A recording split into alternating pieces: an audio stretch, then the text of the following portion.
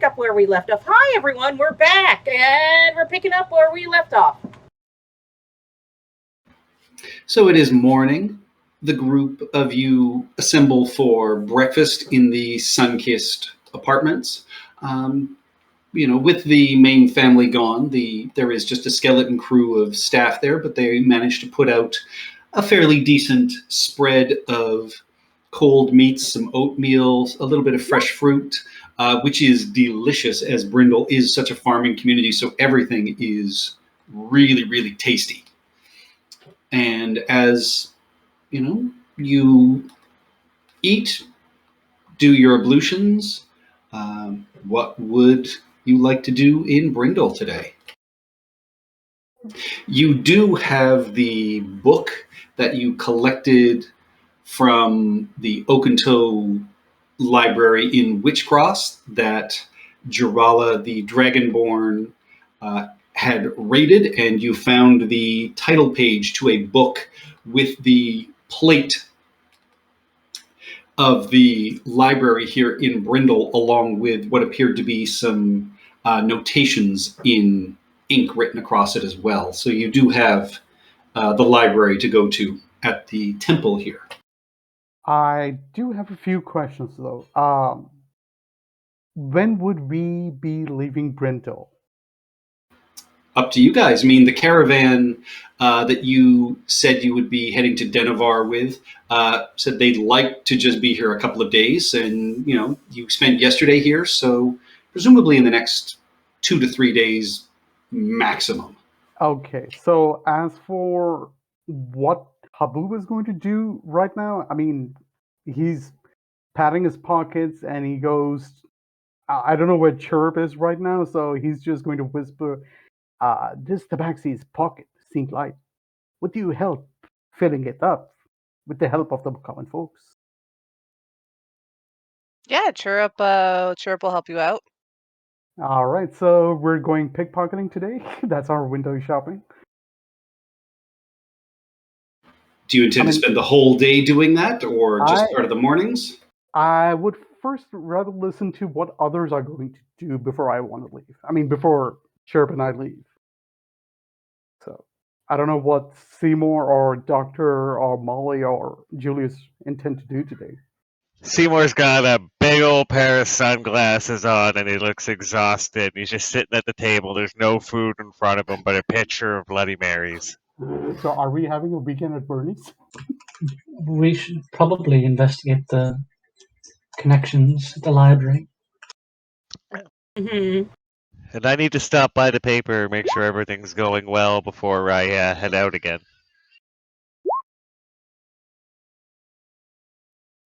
And the other thing I want to talk to Chirp about is if we do leave and if our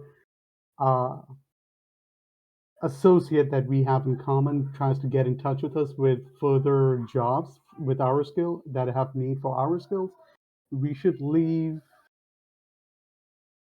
I don't know if Chirp has this. Thieves' Cant. You have that? I do not. I'm not a rogue yet.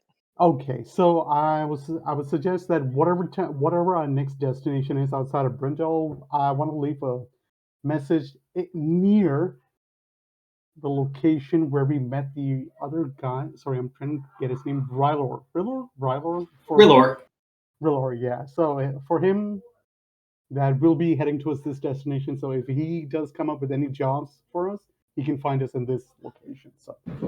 Right, and if you are doing any pickpocketing, you also have to remember that you have to tithe 10% to them because you are on their turf right now. I don't want to get into too many technical details. How do I give the 10% back to the guild? It's like a church. Yeah, you would just have to, however much coinage you accumulate or items, a percentage of that you drop off at the guild headquarters. So where you met up with him yesterday is where you would go drop it off. Coolio. So, yeah, okay. That's Habub's plan. I don't know what everyone else's is.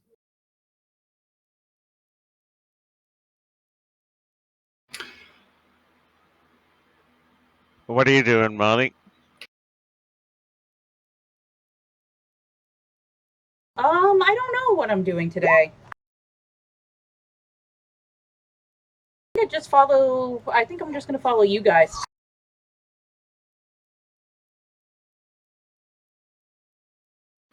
I'm All right. going to go to the library.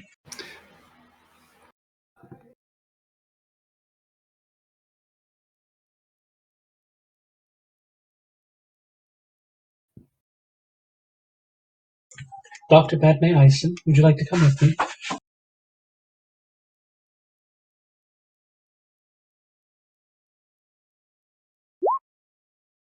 Very Oh, well. she's got this laid out. Yeah. All right.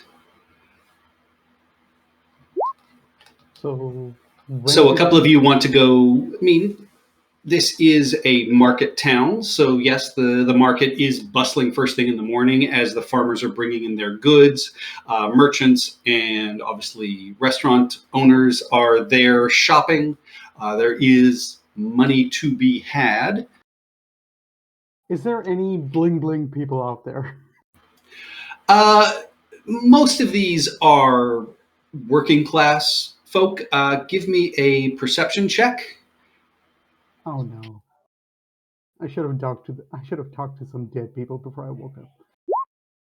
Ooh, You can see there are clearly some well-to-do people that are shopping. They've got a small, retinue of people with them, and they are sort of picking out uh, a variety of meats and vegetables, even some livestock that they will be slaughtering. And you can see, there are a number of these groups that are here in town, and you can tell the wealthier ones because they have two or three people with them, one of whom is typically the money person, sort of following up after their boss has negotiated or made their picks of things that are here at the market. So I would say you have three very likely groups of, clearly merchants and or restaurateurs that are doing their shopping right now that seem to have a fairly hefty amount of coinage with them. Remember, Haboob, always aim for butlers. They're class traitors to both sides. or I mean, I'm assuming Chirp and I are on the same page. Like, these three look very likely to carry more coin than these other people. Chirp will nod in agreement. And with this, there are a small number of guards that are out and keeping an eye on things, and these are groups of people. So the difficulty is a little more, uh, interesting for you to get past. But clearly, those are the people that have the most amount of obvious coinage on them. As you are, sort of strolling and making your way through the market, you do get bumped on your shoulder, and as you turn around, you see a small sort of gnome and walking alongside a shaven-haired woman dressed fairly well, and you see the woman just sort of look at you and casually nod, and you recognize both of them as members of the Thieves Guild. Chirp will nod back. Haboob would do the same.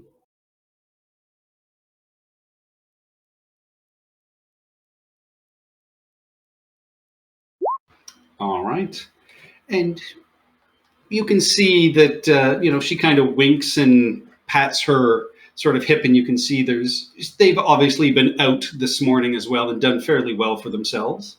So, how do you want to approach your marks? So I look at Chirp. So this would be high risk, high reward. Do you feel confident, or do you want to go after the easier targets? You know what? Chirp will bardically inspire you and leave the decision up to Haboob. Oh Jesus! So Oh, Haboob's your boob? Yes. oh my God! I'm really bad at I this. will Chirp will help you out, not a problem. Because he's also kind of trying to learn from you too, right? So he wants to see you in action. So I'm he'll a, bardically inspire you and just kind of like stand back and just kind of like take notes. But he'll do whatever you tell him to do. so at level 4, your bardic is D6, right? Yes. Okay, so I'm gonna hold on to that. And I'm assuming as a bard, your performance is really, really awesome, right? I've got a +7. That's really, really awesome. So, how are you going to? Are you going to assist, or is it just the bardic inspiration you're giving? Well, that's up to Haboob. So he definitely has bardic inspiration, but if he wants me to cause a distraction or something, I can assist by doing some kind of performance. Yeah, I was gonna suggest hold on to that, and you can cause a distraction with your music. Play some, Okay. play any music you got in mind. Do Hast. Never mind. Yes, Chirp just like finds. I'm assuming there's like little spots around the market for like buskers and stuff to like do their thing and play their songs and whatever. Oh, Chirp's gonna absolutely. find an Yeah, Chirp's gonna find an empty one, hop up there, and just start belting out Du Hast. Do Hast, and I mean, fingers crossed that these targets have some good taste with heavy metal. So, while Chirp is doing that, I sneak up behind them, pick a pocket or two, and that's it. All right, so you're going to go straight in.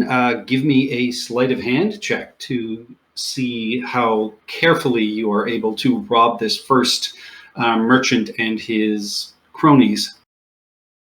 Okay, so first is going to be the merchant. I want to try and go for that. So I'm going to use my. You're going for the merchant or for the one of his lackeys who's carrying the money?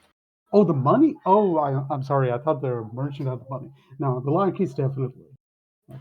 All right. So D6. I'm using that. I don't have inspiration. Fingers crossed.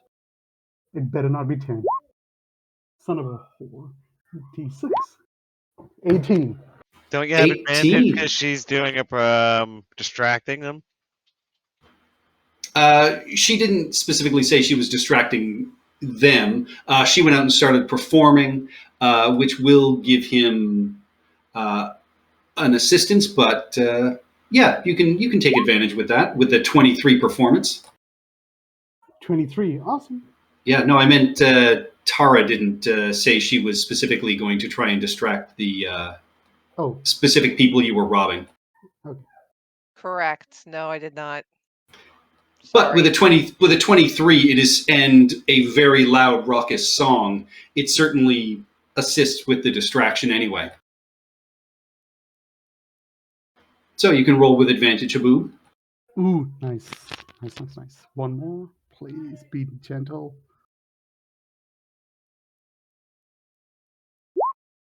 Oh, crap. 18 is still real good.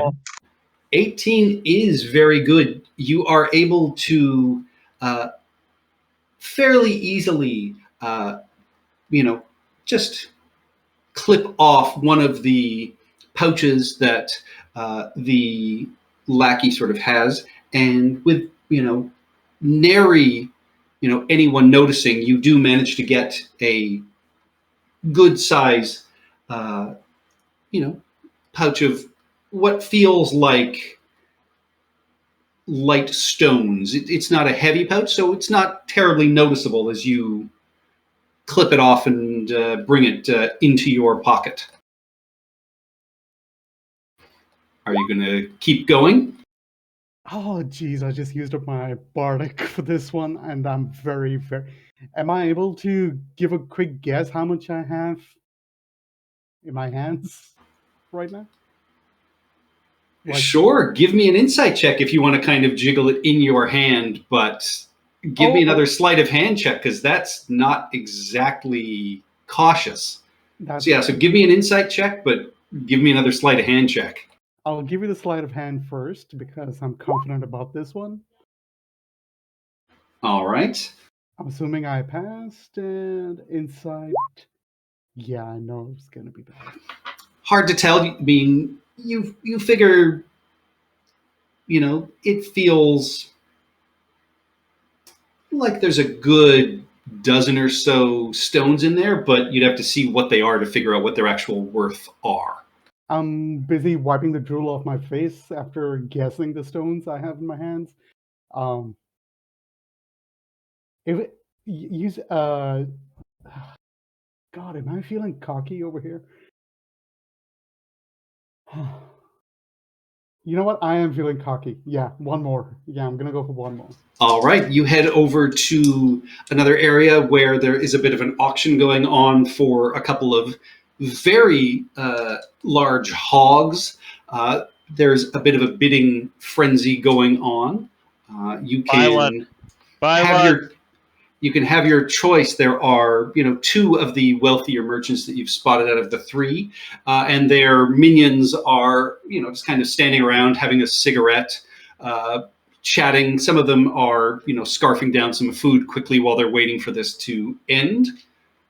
Okay, You so, see, so the auction is still going, right? yes. I want to find out without. I'm not gonna pick any pocket right now, but I want to do that thing that people do at auctions, fake auction, like, and Oh, whoever you mean like bid up the price? bid up the price, and whoever puts up the highest bid, I'm gonna be picking that guy's pocket or woman's pocket. So that's the thing I'm gonna be doing. So whatever the bid is right now, I say that bid, the next high bid. Okay, current bid is 4 gold for one of these hogs. How much are you bidding? 4 gold. I'm gonna say 5. All right, and this person immediately pulls up to 6. Can I see this person that voted that bid at 6? Can I see this Yeah, person? yeah, it's a fairly large man, massive handlebar mustache, long hair sort of tied back, and then they are outbid by somebody else who bid 7 gold for this one hog, and the auctioneer, sort of points back to you as the new bidder, and sort of points at you, saying, 8. Do I hear 8? I raise my hand. 8. All right, and you see a couple of looks between these other two as they look back at you, clearly never having seen you here before, and you win a hog for 8 gold. For fuck's sake, it backfired. You shouldn't have done the second one, man. Oh, That was a trap. No, I'm still going for it. I walk towards the auctioneer to pick up my hog. Yeah, he points you off to a small booth just to the side where he says, they will take your money and set up the details for when you can have your cart come by to collect your hog. Okay, so I'm just gonna drop 8 gold for the hog, and also question. Sorry, are the people are the 2 guys still there who bidded for the hog? They're still there because, more animals are coming out, and, there are now what appear to be a couple of goats that have been sort of brought around and are being led on a bridle. Okay, so now my next thing, what I'm going to do is, where is Chirrup right now? Chirrup is still off performing. Okay, so I don't know if Chirrup sees me. I'm just going to point at the hog, and I do a thumbs up. I don't know how Chirrup is going to interpret these gestures. I'm just going to say hog, thumbs up, hog, thumbs up. And I'm going to slither my way towards the closest guy that was bidding. All right. And, as you make your way back towards them now, there are more eyes on you as you just paid an extravagant amount of money for a hog. And yeah, you sort of sidle back up, and the 2 people that were sort of bidding against you just sort of look and nod at you skeptically. They are dressed in, silk or light leathers. None of them appear armored or seem to be carrying weapons as you are.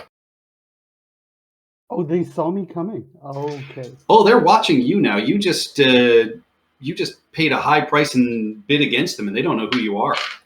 Okay, so if they saw me coming, so pickpocketing them is out of the question. Well, it's This not is- out of the question. It just means that you've made yourself noticed. I- It just makes it potentially a little more difficult for you. That's a not to do list. That's a not to do thing on my rogue list. Not to get noticed. But yeah, let's see if I can turn this around. I mean, they see me approaching, right? Yes, and they nod curiously at you, but there's not a friendly look in their eyes. And I walk towards them and I say, "This tabaxi," and I just say to them, "This tabaxi thanks you for the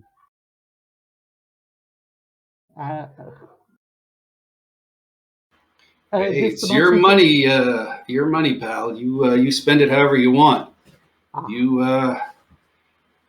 You enjoy that hog. It's probably going to cost you the same amount in feed before it's ready, but I think she's going to be a beauty. I believe so. We all share the same eye for great things, don't we? What farm are you with? I am with an independent farm. Forgive me. I cannot share the name, or they would like to remain anonymous. Roll me a deception check, please. Oh, come on, give me a break. Yeah, I'm walking away. Somebody call me. Somebody call me. I don't care who. Yeah. They sort of nod curiously. It's like, all right, well, and then immediately see one of them raise their hand, and they're bidding 2 gold for the 2 goats that have been paraded by, and a couple of other people are bidding on this, but it's not going up nearly as much. It ends up going for just 2 gold and half a dozen silver. But it goes to the gentleman in front of you who was bidding, and you see him turn and just go, Boyd, note that down and make sure that's those 2 goats are coming to us. And you see, Boyd takes out a small sort of notebook, writes it down, and keeps the tally going. So you can see from his pouch, where he pulled this book, you can see that is also where he is keeping, bags of coinage on his person as well. Ooh.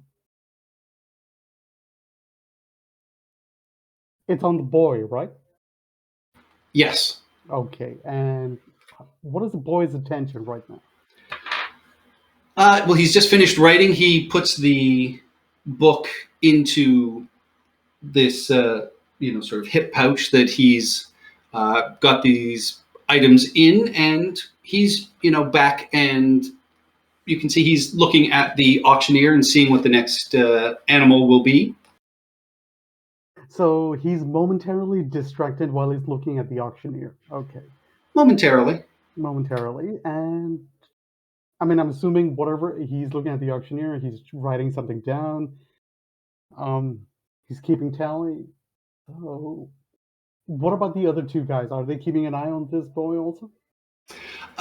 One of them you can see is staring at you quite openly, sort of wondering, what you're on about. The other one isn't paying any attention at all and is still sort of finishing what appears to be, some skewered meat that they are snacking on. Yeah, this is too much for me. I'm just gonna back out, and I'm just gonna put my paw on my chest and I bow very slightly at the man who's staring very intently at me, and I'm gonna walk away with the gold and my hog. I'm a little disappointed that Patrick never did the auctioneer voice. Hey, now, what do I bid? What do I bid here? What do I bid now? 1 bid, 1 gold, 1 gold. No, that's that'll happen when you get to a real auction. Oh, Jesus. So so you you are told you can come collect your hog with your wagon from here anytime, or if you want to try and take it away with you, how would you want to go about doing that, Haboob? Don't forget to cut off 10% for the guild. Yeah, I'm gonna do that when we get back home. That's not theft. You don't have to cut off 10% of the hog for the guild. Yeah, and plus I got That the should be hog. a tithe write-off. Also, I bought the hog legitimately. I think the guild wants illegal stuff, so and plus you don't know this. Okay. Um, I don't know how the hog is in terms of temperament. Um, is it angry? I have no idea. It's unhappy. It's happy. Unhappy. Unhappy. Unhappy. We could It's early tie morning. back It's a the hot wagon. day. Yeah, the hog is not sort of pleased, and you can see it's, in a tent. There's some scattered hay and things like that. So it's in the sun, but it is still sort of just lying down and grunting unhappily as they point out your sow. Okay, I'm pretty much going by. I'm pretty much improvising. Walking through, Seymour on his way to the newspaper will walk by Haboob as he's looking at his pig and be like, "Oh, you got a mount." This tabaxi has acquired this hog. Do not concern yourself with the details. We have a hog now. All right, and Seymour will continue on. Chirp will Um, walk up with like a knife and fork. I put my paws on the knife and fork and say, later. First, we need to get it home. First, we need to get it home.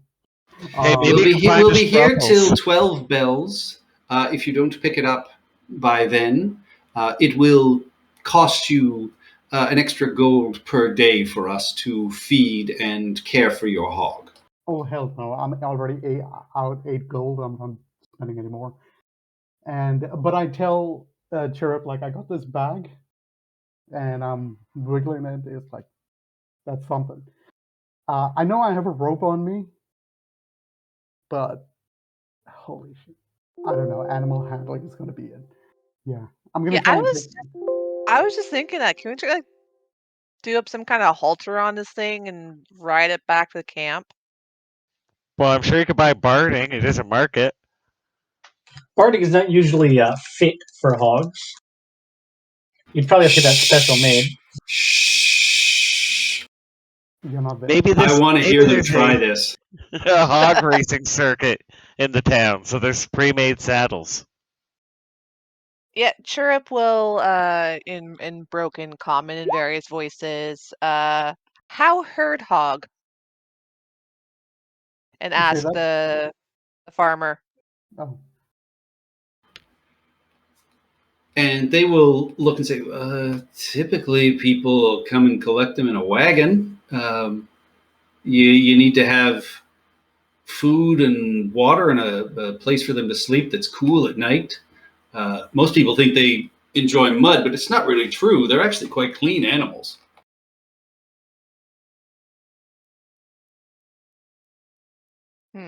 But there's no way to like herd him, like, the halter thing isn't going to work. Cause like Chirp will like get a With bit a of rope stick. and tie it into like a loose halter shape and like point to the pig, point to the halter. He looks at you and just says, if you can keep the animal calm, it might last a little while. How far are you taking it? How far do we have to go to get back to the You've got to get part of the way across town. It's a little ways. Oh, we're definitely going to need a wagon or something to carry this. or at least, someone bigger than us, because 2 small creatures and like a medium-sized dog? Yes. Yeah, we're gonna need help. Oh, Chirrup, he's looking, kind of scratching his head, and then he'll like snap his like feather fingers and dig around and hold up a gold coin to the farmer. You help? Is what he'll say. Farmer takes the gold piece and nods and takes the rope from you and fashions it around the hog and will give you a good scoop of what appears to be sort of grain or whatever. And he says, keep this in front of its face, and it probably will follow you. Just Okay. try not to get it scared or upset. It'll probably pull you otherwise. Kind of meant more him help escort us, but whatever. I'll take it Oh, because let's get into he can't shenanigans. leave he can't leave his post. You Yeah, guys should get a alright. wheelbarrow and then tie the wheelbarrow to the hog and then have it like a little chariot. Nope, too late. We're doing this. Let's get into some shenanigans, Haboob. Look, I screwed up. I'm the one that's gonna have to deal with this. Yeah, but yeah, let's go. A feeding mask. Yeah, that's the word I was trying to think of. Be a trough. Yeah. Yeah, I think so. So you take the food. Wait, how's your animal handling? Well, I'll handle the pig because I can probably like bardically inspire and like calm emotions and all that stuff on him. Yeah, So my you animal take the handling food. is non-proficient. I'll just say that much. All right, so who's going to use the food? Who's going to try and hold on to the halter? Yeah, like Chirrup's plan, I'm gonna hold on to the food. Oh, I Alright. have no calming spells. Haha. Oh well, let's see how horribly wrong this can go. All right, so the two of you start leading this very large beast, through the crowds of people. It's a little bit nervous. The food is assisting somewhat. So give me an animal handling check, please, Haboob. Oh God. Is there anything else you are Oh, doing to try and keep it calm? No, I'm I'm trying. sure I'm trying my best to keep myself calm. Haboob's got the food. I'm the one handling the pig, and I'm also going to be like clucking and like just like making soft, happy little bird noises at it to try and keep him calm. All right, We're you not. can both give me. You can give me a performance check, Chirrup, and you can give me an animal handling check, Haboob. Okay. Okay. Holy shit.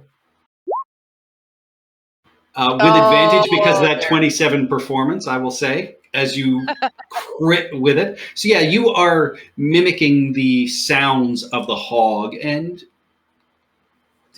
so far it seems to be pretty stressed, but dealing with it. Roll again, Haboob. See if you can get better than an 8. If you got Oh advantage.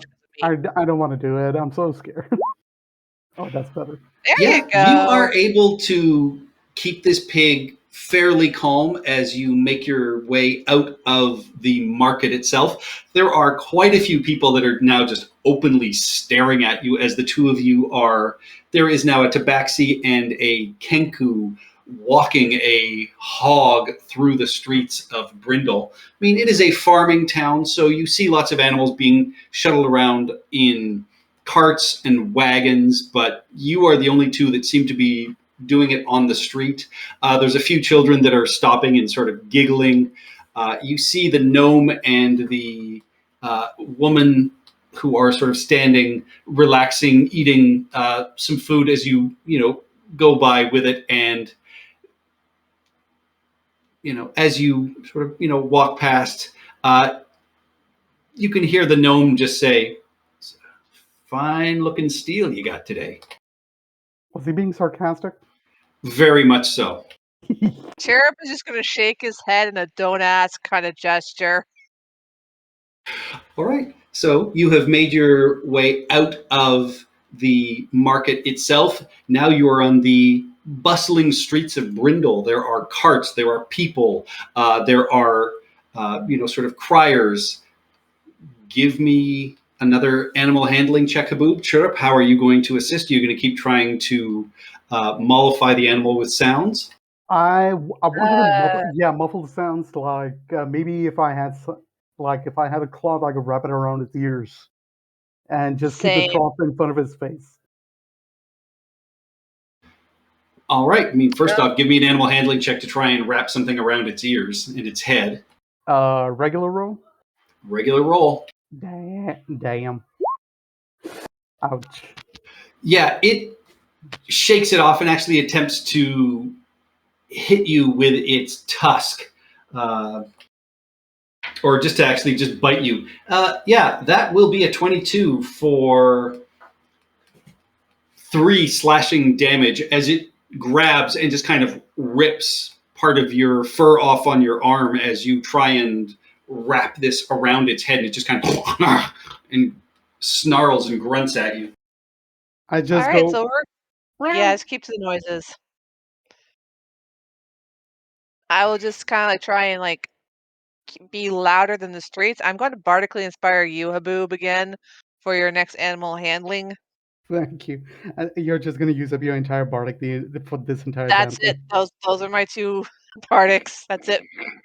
If we get into combat this session, we're screwed. Oh, I can't wait to explain this back to the group. And when But Max yeah, wakes up, so All right. I'll just like just get louder with kind of try and drown out the other noises. All right, give me another Still trying performance to be check, fun. please. nice. Very good. All right, give me an animal handling check, Haboob, with your bardic inspiration. I don't want to use it yet. Oh, 18. You are fine. This hog is, calmed down a bit. You are still sort of shoveling food in. Chirrup is making soothing sounds. You are nearly back to the sun-kissed apartments. You've got one more time to do this. Okay. So one more performance Right. check, Chirrup. Yeah, I was just gonna say, let's just rinse and repeat at this point.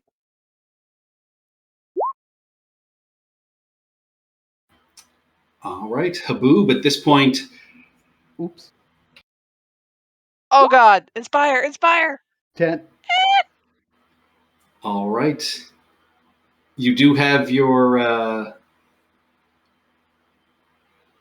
actually, no, with that, there is a loud cart that rattles by really close, kind of spraying a bit of sort of mud and other debris on you. The hog is very upset and attempts to break away. Give me a strength athletics check, Chirrup, to hang on to this rope. Can I like jump on his back? If you can, if that's what you want to do, then give me an acrobatics check. I want to try and jump on his back. All right, yeah. I mean, tackling a greased up pig is a tradition. Yeah. It got a 19 on its athletics. With your 18 acrobatics, you attempt to leap on, but you are unable to get a good grip. So I will say you are hanging onto this, rope and being dragged a little bit. You do take 2 bludgeoning damage, This is but fine. it is going to just bolt. What are you and Haboob doing? I want to. I'm hanging on. I'm not letting this pig go. We're almost there. Damn it! I know animal handling. I want to try and calm it down with the food in front of its face, or maybe just I don't know. It's running. It is bolting. I mean, I'm my assuming, strength right? my strength is absolute shite. I don't know. Acrobatics too. Maybe I don't know. Topple it on its side. That would be an athletics check to try and shove it. It has bolted. It has started dragging Chirrup behind it as he attempted to leap on its back and hold it steady, and did fairly well, but doesn't have a good grasp on it. So what are Okay. you doing, Haboob? So athletics, I'm gonna try and pull onto it. Try and calm it down. I don't know. Tabaxi, hold on to hog. Yeah, this is gonna be fun. All right. So, are you trying to calm it, or are you trying to hang on to it? Hang on to it, not calm it down. All right. Yeah. Then give me an athletics check. This is where your bardic inspiration comes in handy. You All used right. it. Oh, I used it. Oh, for fuck's sake. Oh yes. It rolled a natural 1 as it was running. So I will say that Chirrup, as you sort of slipped and fell off, got tangled up in its legs. And so it is running but kind of stumbling. And yeah, Haboob, you are able to grab it and yank it. And you are able to hold it in place. But it is breathing heavy. It is kind of upset. I'd like the 2 of you can each give me an animal handling check at this point to try and corral it. Okay.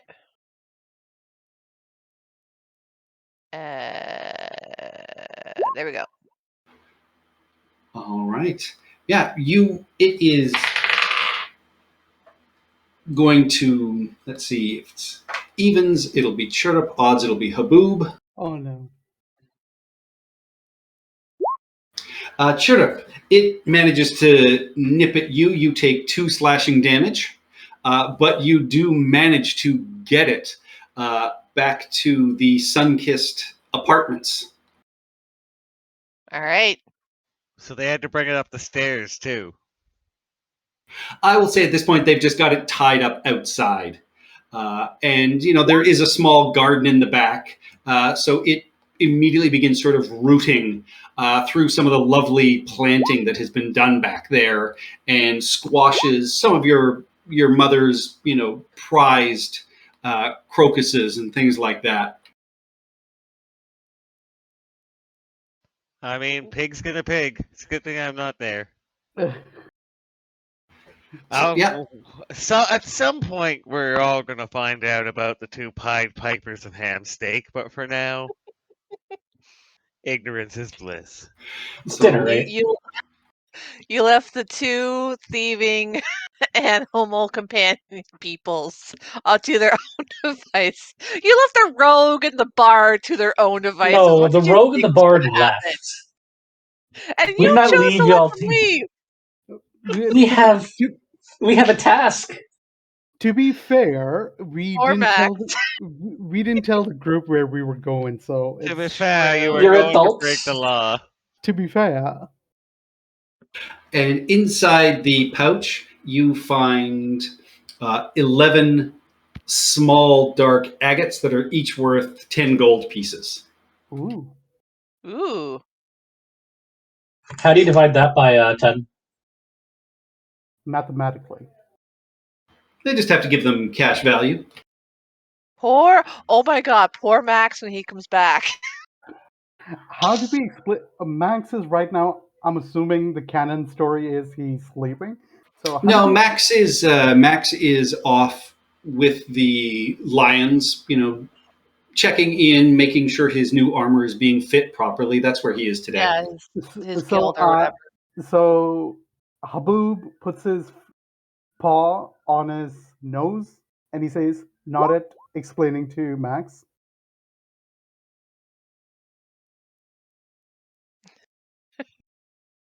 Sure, a bitch just gonna whistle and look away. And while this is happening, Seymour, you have made your way, through the market where you picked up some pastries and things like that, and have headed over to the building where your workers have installed the printing press. All right. So yeah, I'll head in. I'll talk with the lads about the next issue. Give them my notes for what I want in the next paper. Check in and see how the development of the press is going. They say it's all installed, boss, but it's just not printed. What do you mean not printing? Just won't run. I mean, we've put everything together. We've got everything in there. It's in one of its moods. All right. Well, I'll see if I can talk to it. Now, what would a roll to give it some lovin' be? Well, you go in, and I mean, it is a cool, darkened space in here to prevent anything from sort of fading and being brought out. You love the smell in here of like the fresh oil. There's, the smell of, fresh paper and ink. But it is quiet. It is cold to the touch.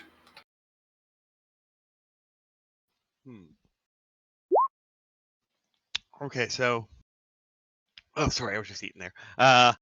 I'll rest my hand somewhere on inside of the press and just kind of think to myself, what do I need to do to get it working, to get you moving?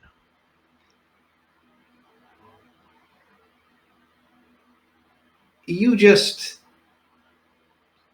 feel, just this quiet sort of whisper that's just information.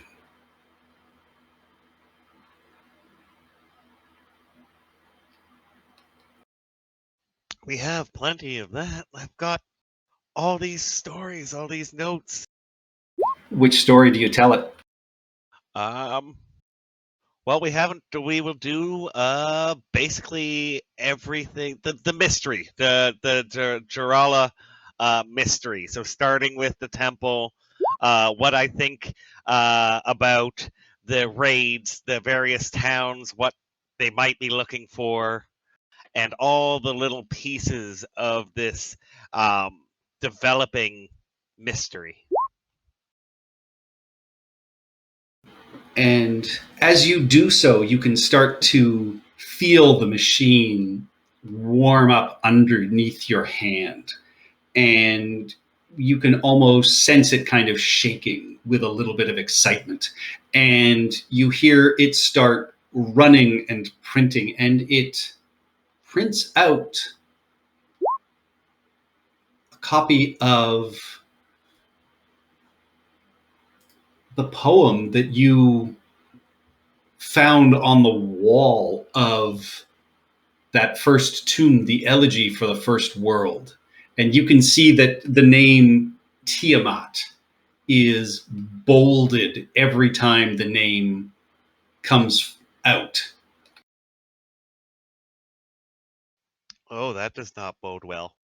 But with that, as I pull off the sheet and look at it worryingly, I will, caressingly pat the side of the machine. Good girl. Good girl. And I will take it and see if the lads have anything, any idea. And then I guess I'll have to continue on with our research, and I'll catch up with the rest of the party. All right. Yeah, you hand off your notes and your ideas for stories and head back to your apartments, where you find a fairly large hog devouring your mother's garden. I'll stop in the garden, kind of looking at it, not really even reacting, and just shrug and continue on into the house. All right. Is there anything else anybody else wanted to accomplish? The library. Indeed. The Temple Denier, the god of writing, is a lovely, sort of campus here in Brindle. And, as you find yourselves heading there, you can see that the library itself is a small structure, surprisingly, round with a beautiful sort of glass dome atop it. Sparrows kind of scatter along the sort of cobblestone alleyways. And, throughout the square, you can hear bells chime, filling the door frames and the open windows with kind of a resonant greeting. But the thick vines and, dead growth flowers along the garden wall really sort of muffle and keep everything a little bit quieter in this area. And entering the main space,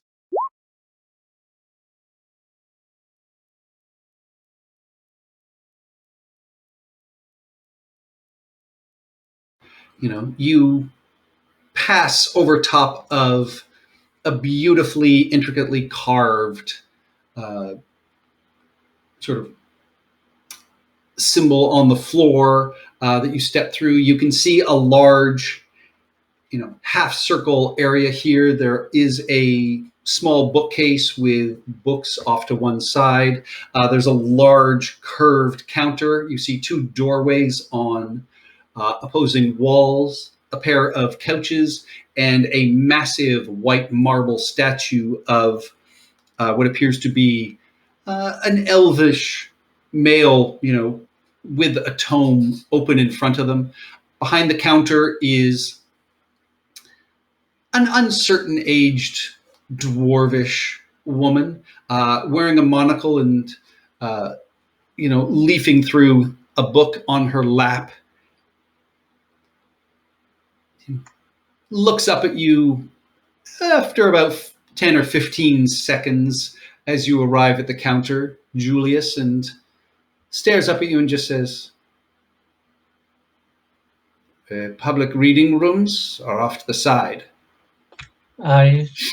Sorry, ma'am, I actually must speak to you about something. Are you acquainted? The public rooms are off to the sides. We don't have any washrooms here. Are you acquainted with a Talus Oakentoe?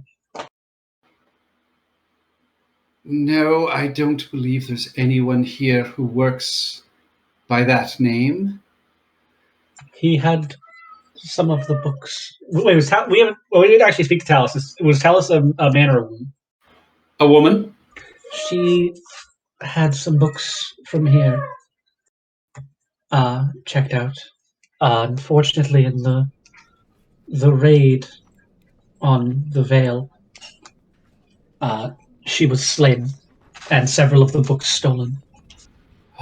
We don't lend books here. I'm afraid you must be mistaken. Wait, did she not have books in this library? In her hand was the title page of a book with the book plate and to this library and what appeared to be some handwritten notes. Right, I will pull that out. She gets off her stool and just sort of... Where did you say you found this? It was clutched in Talus's hand as she died.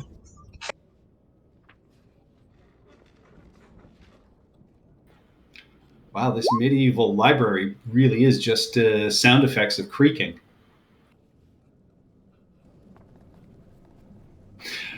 She will look at it, stare up at you, and just go, one moment, I will get a scribe for you. Thank you. She steps off, heads over to what appears to be a speaking tube and puts her mouth to it, and after a few moments, coming up the central staircase is a 20-something woman, human, very dark skin, black hair that is tied up.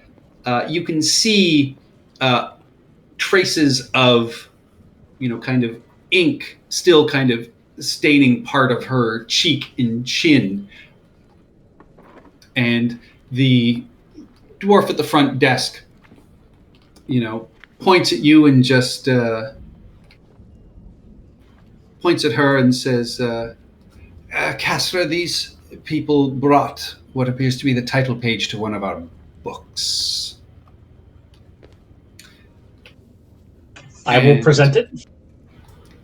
And she will sort of pick it up and say, I'm sorry, where did you find this?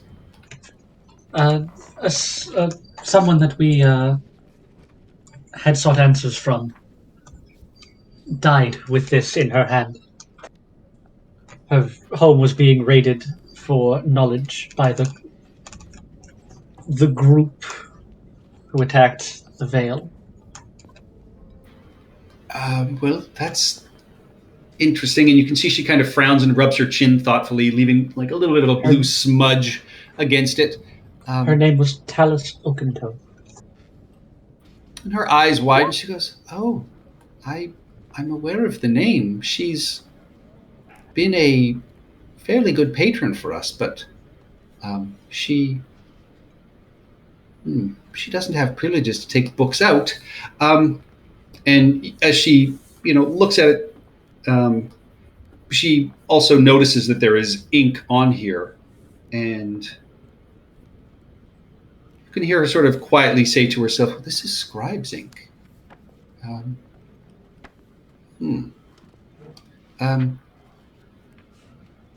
Hmm.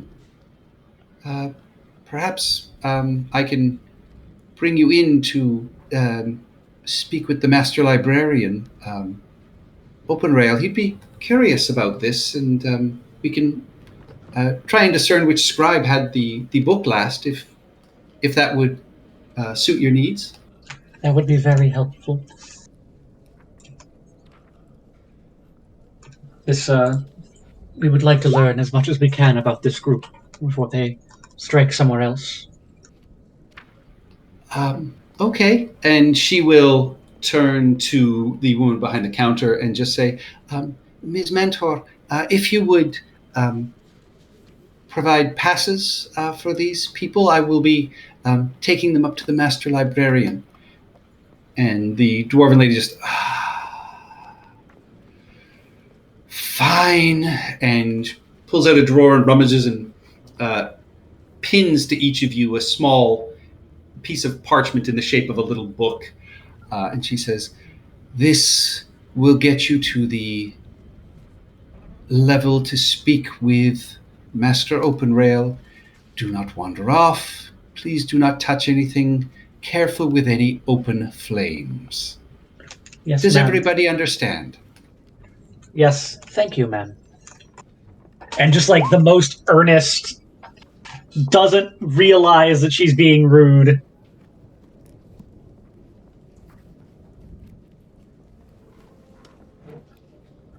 Oh, we're there as well? You're all there. Oh, okay. If you wanted to. Yes, I will come. I'll come find them after with this printout.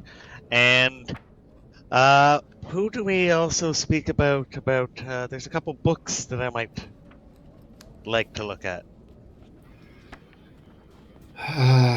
If you want to look at any books, go into the public areas to either side, and she points to the two doors, and she says, you can speak to a page there that will bring you whatever books, if deemed appropriate, and you can read them there. Thank you. All right. And Kasra leads you down the central circular staircase. The smell of glue and paper and ink fills your nose as you are brought to a central waiting area and brought to a door of beautifully carved oak with inlaid symbols and the name Opanrail, sort of scribed across it. And she knocks lightly at the door, and eventually it opens, and before you stands an owlkin that appears to be as dusty and as worn as the books and scrolls that you can see stacked neatly around their office. And You say an owlkin? yes, That's dusty, so it's like the great horned owl in Secret of Nim? pretty much yes. Awesome! And immediately stares at Kasra and just says, do they have appointments? And Kasra kind of said, well, no, well, you don't have appointment. No, but you Well- may want to hear what we have to say. Indeed, these circumstances are unusual and perhaps somewhat urgent. That is true, sir. I think they might actually have some fairly valuable information. And, he will stare at all of you in turn and just says, well, what could it possibly be? We help defend the town of Not Greenest from a attack. While the attack was being carried out, a woman named Talus Oakentoe was slain, her house raided, and presumably several books of great value taken. In her hand, and Joyce will hold up a piece of paper, was this.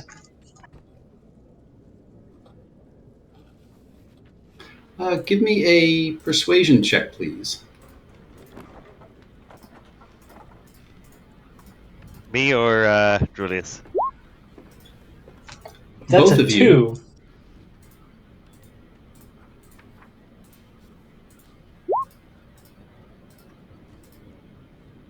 2. Please look at it.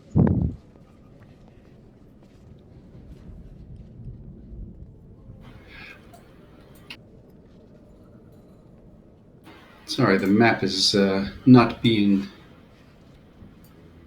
friendly.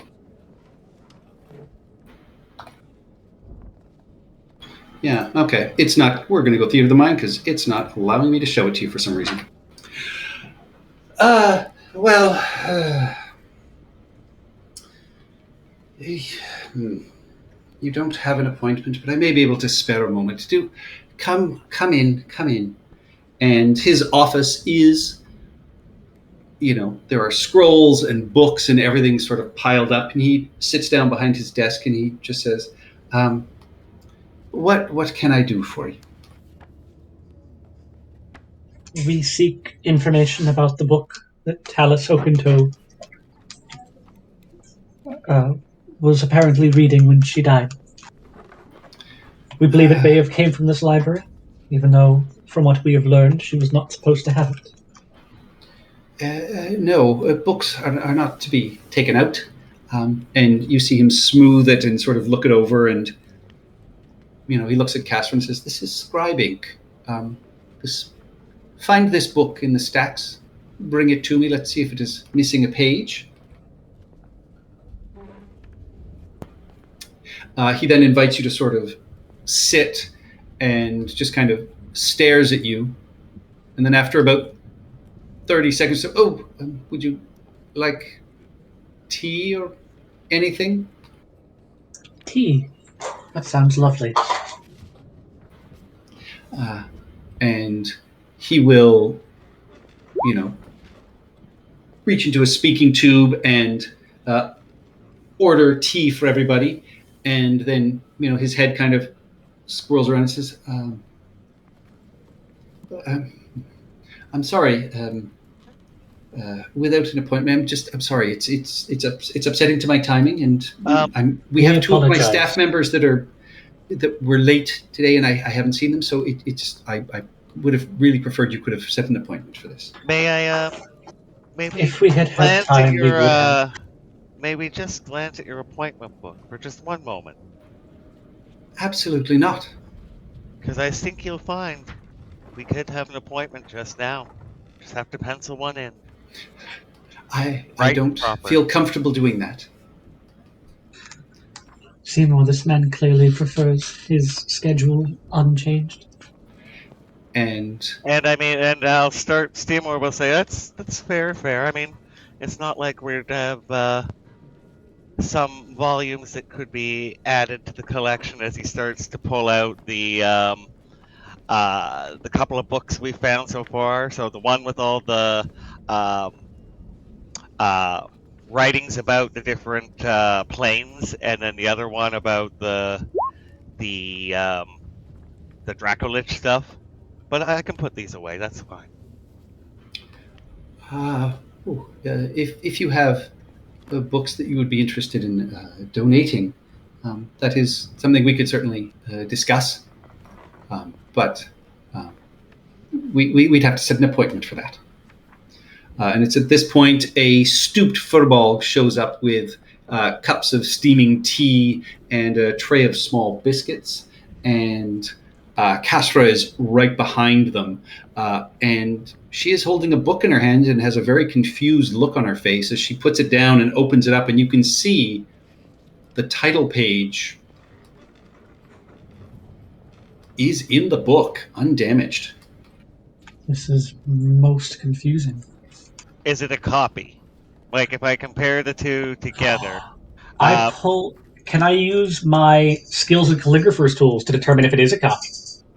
Indeed. Give me a skill check with advantage as Seymour will attempt to assist you. Guidance and... hang on. What skill should I use with this? Calligraphy, I believe it's intelligence. Let me get my Xanathars. And should I roll an investigation check? Or... Yeah, you roll an investigation. Oof.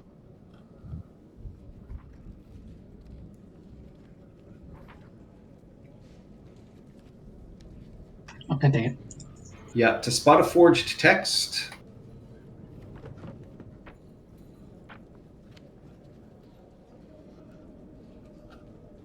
It just had like a list of DCs. It didn't have a skill. Yeah, associated it's with it. Arcana and History, so it's an intelligence check. Okay.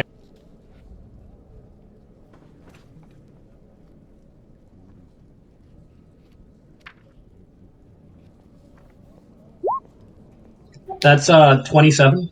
Yeah, you looking through, you spot sections of this old book that clearly has fresh ink that has been done, and you can see a couple of the pages. Maybe it was tea that was used to try and age it and stain it. But you are able to point these out to both Castra and OpenRail, and OpenRail will turn to Castra and say, "Which scribe had this book last?" And she will sort of whisper, "Curious Ink had it last." That sounds like a Tabaxi. It is a tabaxi. I mean, I don't say that out loud. oh, okay. And That's Brendan. Yeah, and OpenRail looks at this and says, "Oh, I can't believe a tenured scribe could possibly be a thief. No, there's no way any of the staff here would do such a thing. But perhaps we need to find Curious Ink and ask them about it." If I may perhaps temper your disappointment, the book in question was given to someone you trust somewhat, and someone that I have been sent to potentially deal with a sect of unsavory people. It's perhaps taken for a good cause.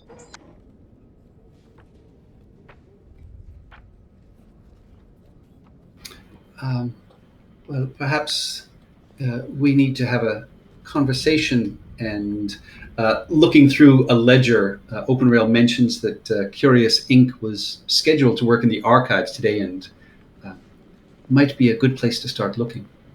And with a smirk, Castor kind of mentions, well, the archives they're a vast place. Do you have any way of narrowing down? And OpenRail, sort of sums through, takes out a quill, sort of scratches out some numbers in a page and hands it to Castra and just says, "He's down in level 7. Do take care. Some of those areas have not seen fire or light in nearly a century." Oh boy. And with that, Castra sort of excitedly takes the paper and starts leading you through. And she's like, "I've never been down there. There's that, and there's the gift trunk where they keep the really cool books." And down hallways and staircases, through passageways and storage rooms, she moves with, real purpose, descending staircase after staircase with a lamp held over her head. And finally, she pushes it open, and the smell of sort of stagnant air and ancient dust fills the stairwell. And she just goes, "Inside, inside." And you are now deep beneath the ground and in complete darkness. So the only light that you have is her lamp, and any sort of light that you guys want to bring, as long as she will say, as long as it's not an open flame. Her light it is then, because I don't have light. Dr. Badbay Ison, do you have the light cantrip? I will cast light on my bullseye lantern so we can close it after. Oh, thank you, Seymour Sunkist.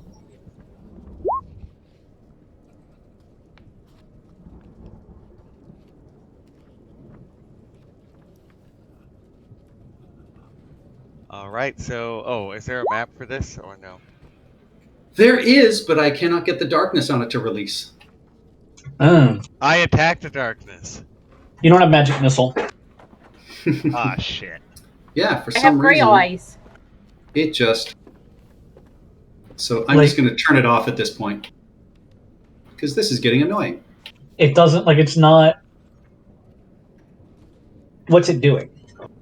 It is not allowing me to show you the areas that I have hidden in Fog of War. You're using Fog of War, not lighting. Yeah. Fog of War's like there's like a weird thing you can accidentally do, and it's hard to reset it. It's hard to undo it.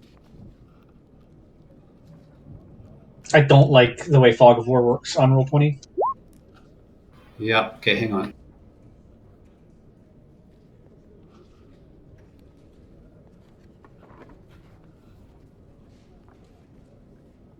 There. We'll just try it that way. You guys should all be able to see. And your search has led you to a small room tucked away in a distant corner of the vast archives. And despite the size, it is no less cramped than the rest of any other space, packed tightly with shelves that are, near bursting with books, scrolls, and other works. Rounding a shelf on the far side, you see a small reading table with the dark shape of a body slumped over it. And Caspera gasps as she runs over to a corner and begins retching fairly violently. Oh. Is it a tabaxi corpse? It is not. The body is that of what appears to be a middle-aged human wearing a plain set of gray homespun robes. Their left hand loosely holds a quill. The tip is stained with the bright blue ink of the scribes. And you see thin rivulets of dark blood run from their ears, standing in stark contrast to the pale flesh of the lifeless face. Books are scattered everywhere. Before we disturb anything, Julius, let's have Index fly over there, and my eyes will go white, and I will take a look from that angle. What killed him? All right, give me a medicine check. Oh, okay. Not so good at that. Can I use my investigation not to see exactly what killed him, but like, was it a blow? Was it magic? It appears to be investigating the body, you can see there is what appears to be a large indentation in their skull. Ah, okay. So then, yeah. And what book was he looking at? There are 3 books on the table. 2 small sort of red leather ones, and then 1 larger white leather book.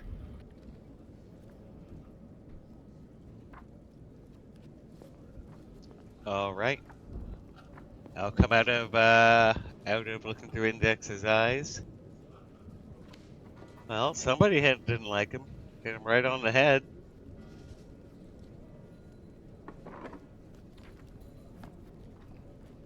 Do you know who it was? I'll ask. Oh, I can't see the NPC. I can't recall what her name was. I would like to insight check her reaction All right.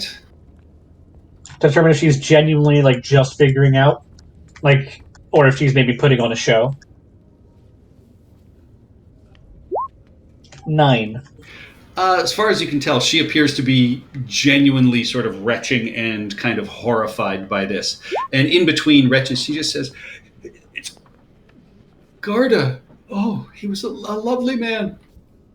And I'll, Julius will ask her to like, you may wish to return and inform your boss that this has happened. I cannot leave you here alone. Then Julius will quickly like pen a note, attach it to Athena's like claw, and have her fly out towards the exit, and just give the note to the first person she sees. All right. And I guess we'll try not to disturb anything on the floor. All right. I will say with that 19 investigation, you also notice the remains of a large gilded scroll of parchment on the floor, Seymour. Like ripped up, or like now stained in blood, or... No, There's a little bit of blood on it, but it appears to be a formerly magic scroll that has been utilized.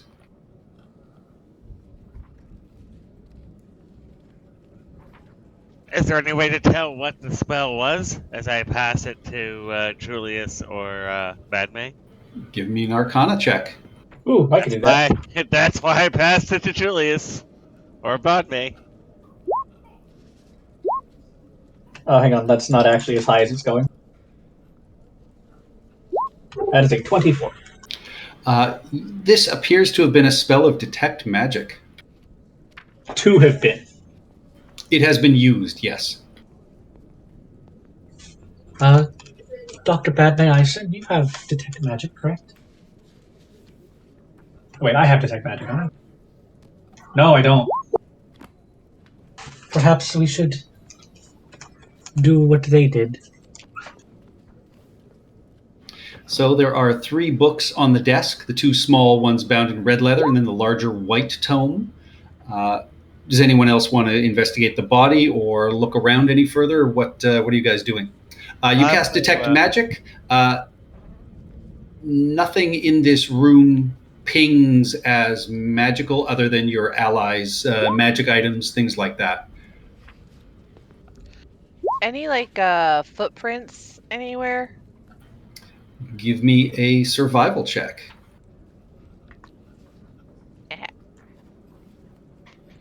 Survival. Boop. Yes, you do notice there are footprints that are heading out of this room and further down the central staircase. Haboob, give me an investigation check as you look around for anything valuable. You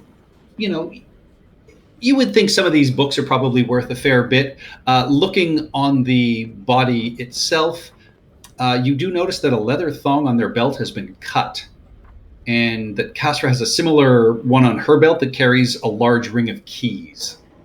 Ooh.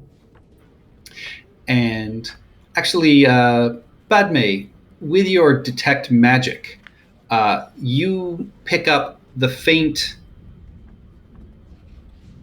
remains of magic at the edges of each of these bookcases, and looking at them, you see what appears to be a broken thread that had been run across this space. Someone set a trap. Julius or Padme, you can give me an Arcana check, or Chirrup as well. Can I guide us? Yeah, Padme, having it prepared, it clearly was an alarm spell. This also is gone off, correct? Yes. And what were the 3 books that he was looking at? What were their contents? Because we haven't checked that yet, right? Yeah, flipping through them, you see the 2 small red leather books are more of the tales of Lady Alagondar, who was the dragon slayer that you had found books about in the library at the Oakentoe Manor. And give me an investigation check, please, Seymour. All right. Oof! I'm gonna try and use the coin. The coin. Coin. Oh shoot! Where'd Coin. Where'd my thing go there? I have to roll a D10 or D20. I can't remember. I think you do the heads or tails first, right? Okay, so heads is odds. Heads is odds. Tails is even. And then I roll Oh, it's roll a already been set D10. up. All right. Okay. There we go. So Ooh. Hey, it wasn't me this time. tails. So You that's a could minus. lose it with this. I could. Oh shit! You do. You flip your coin, and it lands tails, and you can see the shimmer around it fade away as it just becomes a normal coin. Oh. Why did you continue to use it on like 8s and 9s? To get an 18 or a 19. Yeah. And the other book you can see is a book called The Crimson Mysteries. And it, whoever's looking at that can give me an investigation check as well. Sorry, can you repeat that? What are we looking at? There is a white leather-bound book entitled The Crimson Mysteries. Anybody want to jump in? Guidance. Yeah, you 10. 10. Yeah, I mean, it appears that based on, as you're sort of flipping through, Padme, you notice that probably someone with a very sharp or fine knife has excised some of the pages from these books. And based on the entries before and after the missing pages, it seems they're talking about a pool of radiance, a rare magical phenomena caused by a small breach in the weave itself, and the source of all magic. And specifically, these seem to refer to a pool of radiance that was once active beneath the Valinghen graveyard in the town of Denovar.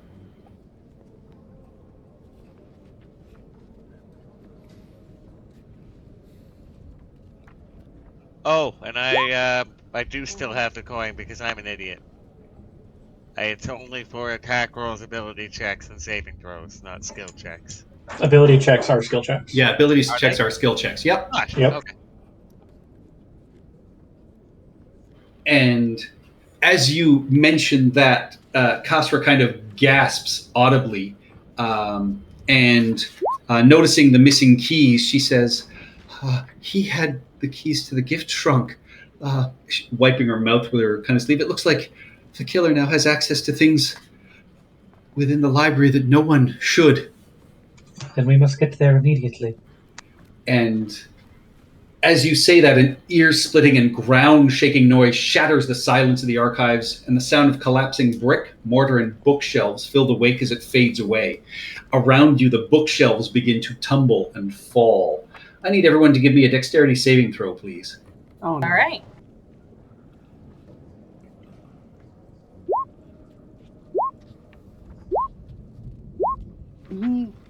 I got a 2? Why? Mercury, come on.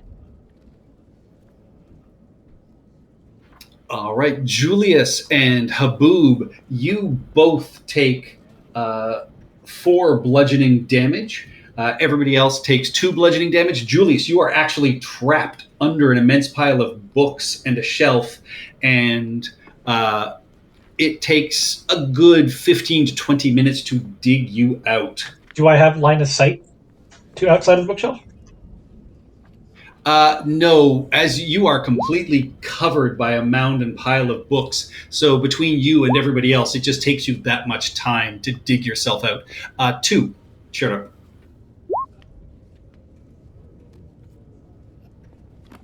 And the magic rope. Can we use that to squeeze in and around the pile of books, wrap around them, and then we can yank them out faster? I don't think that works that way. It does not work that way, unfortunately. It's going to take time all of you to frame. kind of just sort of shove bookshelves aside and move a pile of books.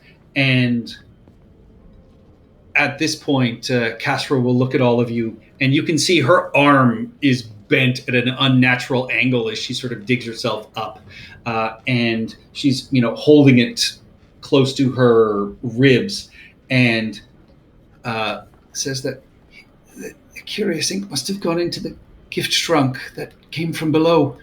That's where we keep the poison books, the knowledge no one's supposed to view, but we don't destroy. We must follow him. Let's go. And we'll send Index going ahead of us because he can go faster. All right. Index zips down and down and down and around this circular staircase, finding themselves soon to be followed by you in a small entryway space at the bottom of the central stairs. There are stone walls and a set of doors that are closed in front of you. And with that, we will take a 5-minute bio break. Ooh. Awesome. Oh, could Good. Seymour have grabbed those 3 books on the way out as well? Off the table? With, unfortunately, the explosion and the blast, I'm going to say they are lost. We can find them later. Yep.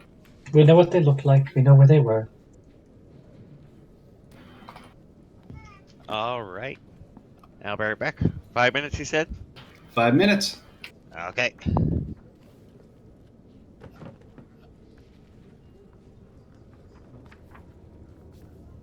I need to find some better music. Yes, this is a library, but it is really just crazy.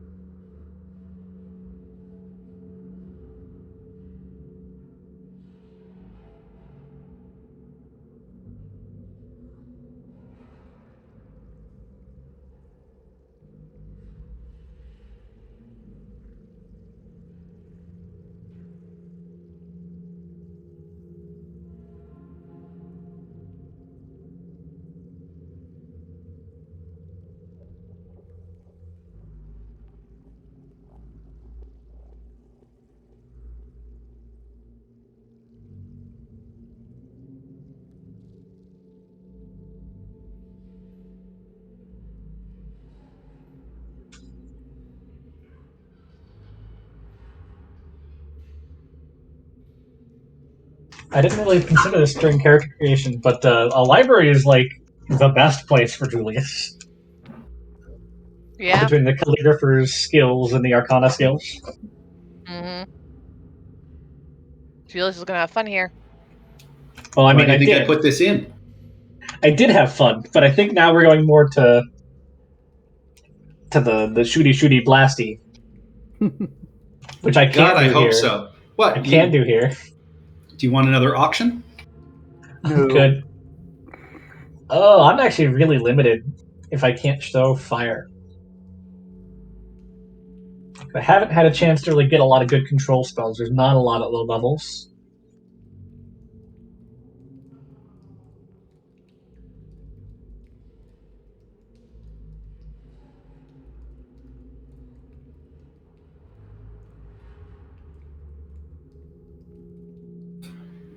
Thank you, though. That was hysterical, Tara and Nabil, getting that hog back to home base. I severely overestimated or underestimated the auction, stopping at 8 gold 8 gold is a fortune for a hog. for a 8 hog. gold is more than double what a normal pig costs. Yep. But I mean, like, you net made gold on this venture. Yeah, that I wanted to go over that again. We found how many agate stones? 10 11 agate agates, 11 for worth 10 gold each. stone. So you need to divide 110 by So 10. yeah, when we get back to town, I'm just gonna go to the guild, and they're gonna take 10%, and we'll take the cash. Or I don't know if there's a fence here. You need to give the guild 11 gold. 11 gold. Yep. I mean, yeah. I mean, 11 gold. Yeah.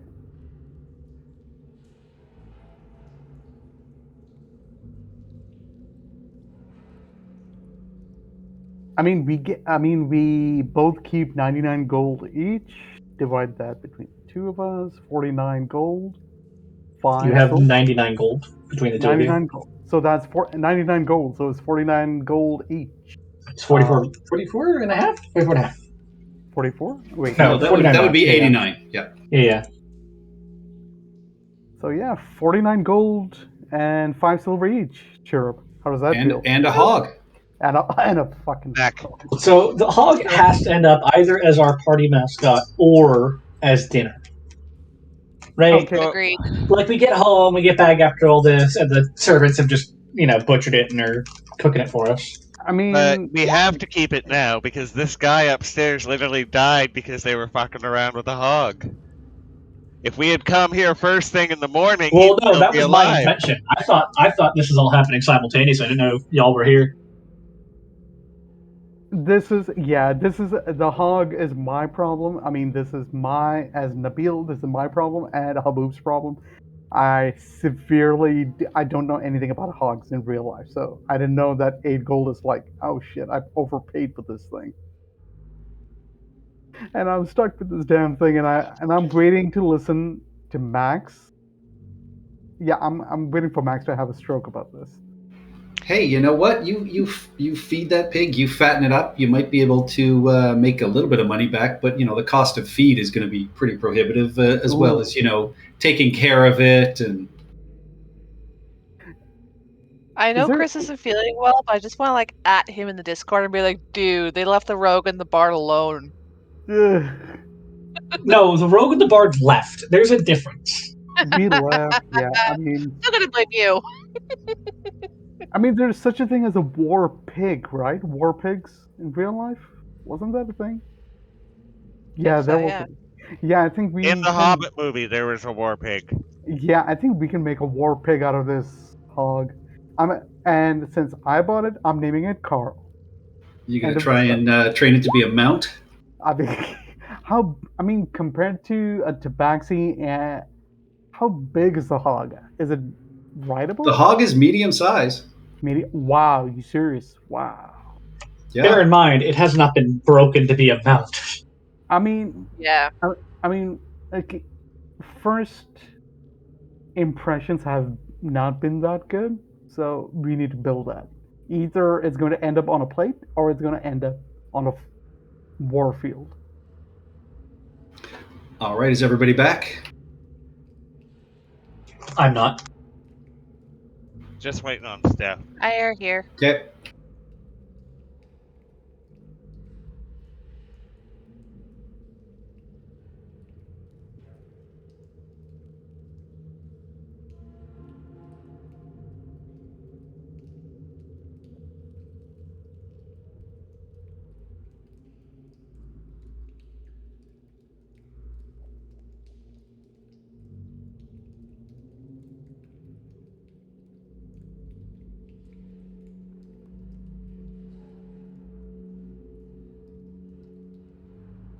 All right, she's coming down the stairs.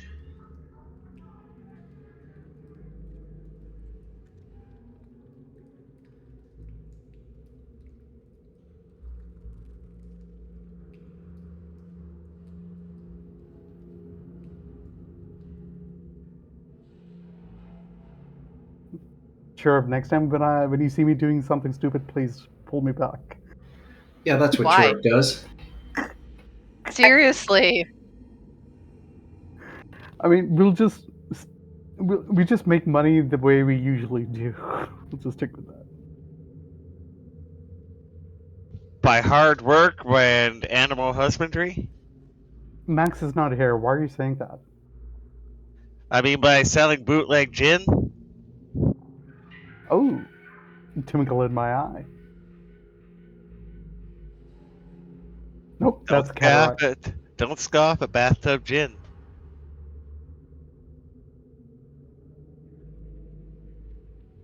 All right, so are we ready to go? Yep. All right, who's opening the doors? What's her face there has the keys, right? Yep, she does. Cassandra? Cassara? Sandra's different campaign. Cassara. Sorry, I forgot her name. All right, who's going first? So Not she sure. opens the doors, and as it opens, you can see down here in the basement, the ceiling is about 15 feet high at the outer edges. It's a circular room, and then it appears to rise up in the center, and there's a large vent has been sort of cut. But it's an enormous round space you are in. There is no light down here. It is very dark and faint. You can hear the sound of distant moans, sort of scuttling and scratching. And Well, I guess we should scout ahead, seeing as we don't have Max to take the hits, and Index will go invisible, and Seymour's eyes will roll in the back of his head. And do these go all the way floor to ceiling, the shelves? they do. And you can see around the left-hand side, there are scorch marks, and a huge hole appears to have been blasted into the far wall. That's here. And on the right-hand side, it opens up into a larger area, and Cassandra will whisper to all of you, the main doors are around to the right. And as the rest of you are staring through these doors, Julius, you can see, and as you make your way into the far room, you can see it's about 30 feet deep and about half as wide again. The walls are lined with shelves laden with books and miscellaneous objects. And at the far end of the room, a large chest sits open.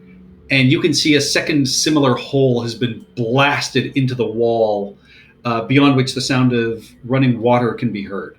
Casper, And what's, on the beyond blackened wall? and charred floor around the hole here are the remains of what appears to be a shattered horn. Like an animal horn or a horn? No, like one of those do ones. Seymour will be narrating what he's seeing as. Oh, I can't hear you, but yeah, I'll be narrating. And there's a horn on the ground. It looks like one of those do horns. And there's a big hole in the wall, and maybe a sewer beyond. Is that I can see that running water? Yep. And as you are saying this out loud, floating through one of the bookcases, you see a ghostly figure that turns to all of you and just goes, shh.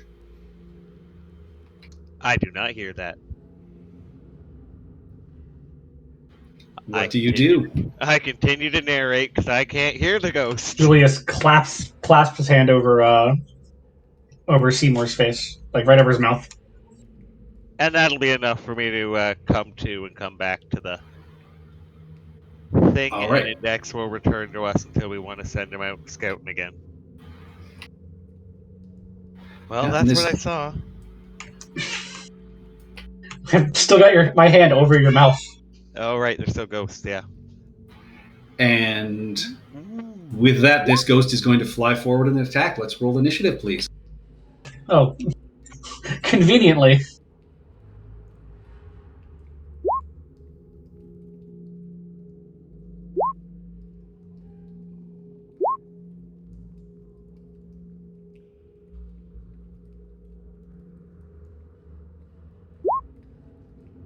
Oof.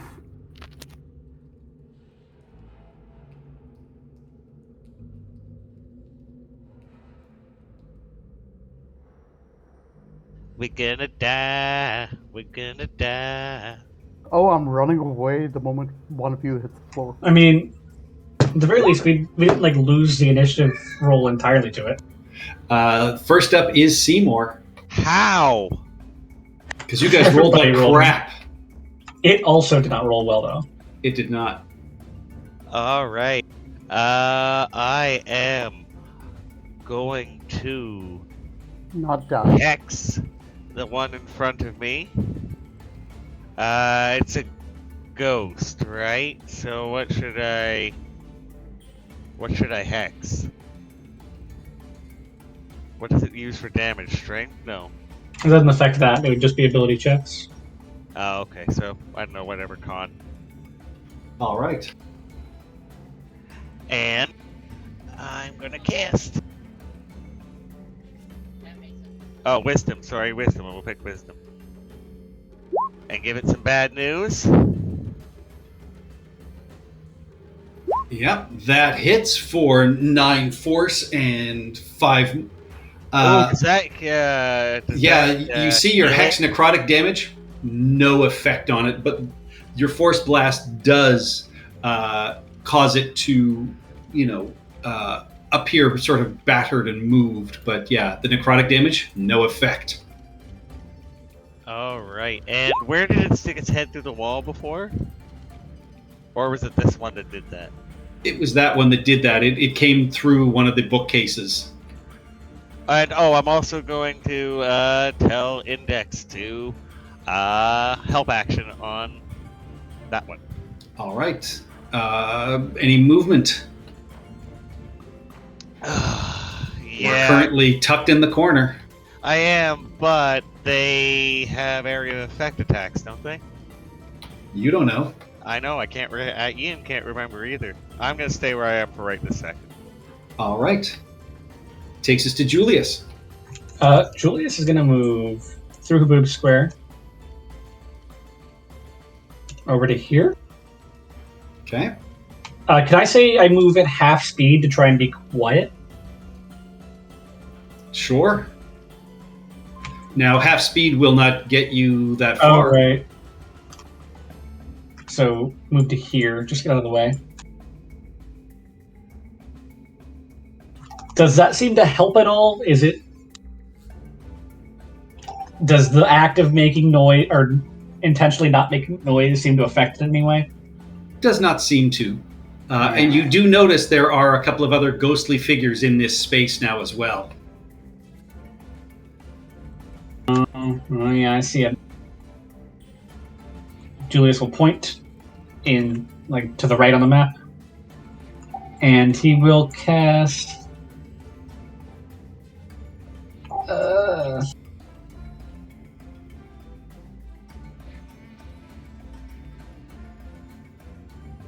He will cast blindness on the one in front of him.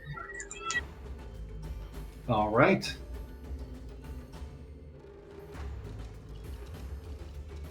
That's a con save? Wisdom save, I think. Constitution saving throw. Constitution. All right. Damn it! I should have stuck with my original. Well, it doesn't affect it. It doesn't affect saving throws. Oh. All right. Yeah, you see its face and its eyes that are white just glaze over gray, and it appears to be blinded.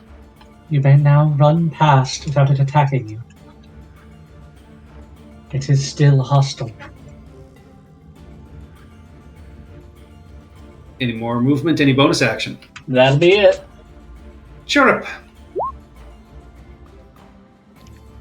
I'm just gonna stand back here and pew pew. Well, one pew. Advantage! Yep, it is blind. Or do I have? No, I don't really have anything that would work against a ghosty. Badoom. That hits. Your bolt fires through it. You don't, it takes away some of its spirit and life, but it is still undead and in front of you. Yeah, I don't really have much else I could do. What's the... Can I, duck through people? No, I Yeah. can't. Okay, I don't really see... Not without, crossing through his reach space, so I'm just gonna stay He's here. blind. He's Yeah. blind, so he won't get an attack of opportunity. Okay. That's really the reason I did it, was people could get out of this little space without provoking. Scamper. So 5, 10, 15, 20. Oh, shit. I literally pointed it out. Yeah, still. Alright. So I still want to go this way. 5, 10, 20. Yeah, I'll just run in the corner here. All right. It is the specters. This one is going to try and attack you, Julius, with disadvantage. It reaches out to grasp at you. Does not manage to hit. That is an 8. However, its compatriot will come behind you and attempt the same thing. That is a 19 to hit for 6 necrotic damage, and I need you to give me a Constitution saving throw, please. Remember your 10 hit points. Yeah. How much is it again? 7. Okay. So I'm at 27. And then you said a con save? Con save, please. Actually, no, I'm not. Or I still have all those. I've not taken actual damage yet. My ward would have protected me. Okay. And 1 second. 4. Your hit point maximum reduces by 6. Does that affect me if my ward took the hit? Because I didn't An actually amount take equal that to the damage taken. So no, you didn't take any damage. So no, you are clear. So, but your concentration is broken. Is it? Because I didn't take damage. That's part of the really cool thing about the ward is it provides a buffer before you start to make con saves. All right, you are lucky then. This one will go after Chirrup in the corner. That is an 8, which does not hit as it reaches out to grasp onto you, Chirrup, but it misses your form. Okay. Takes us to Haboob. Okay, you said these shelves go all the way to the top of the ceiling, right? Correct. What about this? Is that also a shelf or is that a table? That is a cabinet. Yes, it goes all the way to the ceiling. Damn. And this one's blind, which I can... I mean, you can climb the walls, so you can hang anywhere on the walls. You don't need to be on top of anything. That's true, but I can't, attack if I hang at the same time. True. The ones out here do not go to the ceiling, because the closer you get to the center, it rises as a dome. It rises, okay. So, in the meantime, I need space over here. I don't want to be crowded, so I am going to... From here. Gonna move here, which is barely visible from where I currently am. Wow, I did not. Wow, that is a lot of. Okay.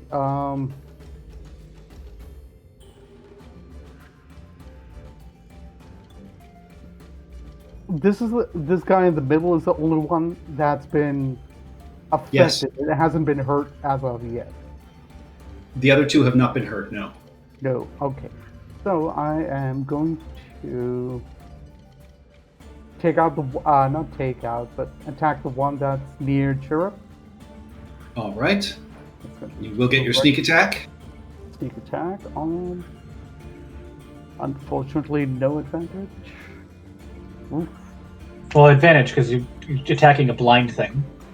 No, he's not attacking that one. He's attacking the one near Chirrup. Ah.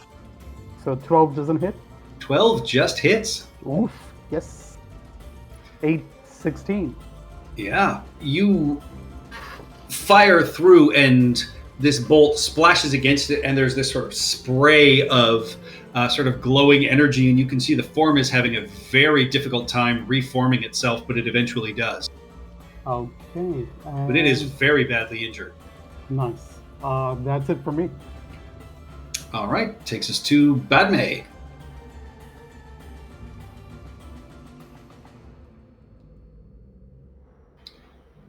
So this one is blind. This one down here, they're both very badly injured at this point.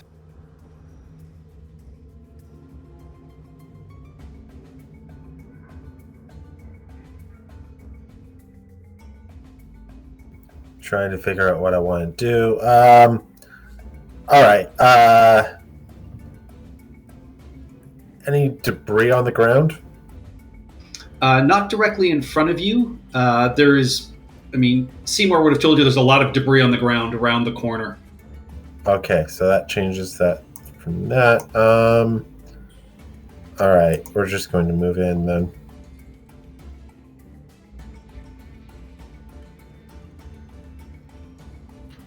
All right. So you see there's a lot of debris down around here to your left, where a hole has been blasted in the wall, and then you have the two injured specters, one in front of Chirrup, one in front of Julius. Which one's more injured? The one in front of Chirrup, but it's very close. All right, I'm going to Ray of Frost the chirp. Assess. 10 does not hit, unfortunately. That is my turn. All right, Molly.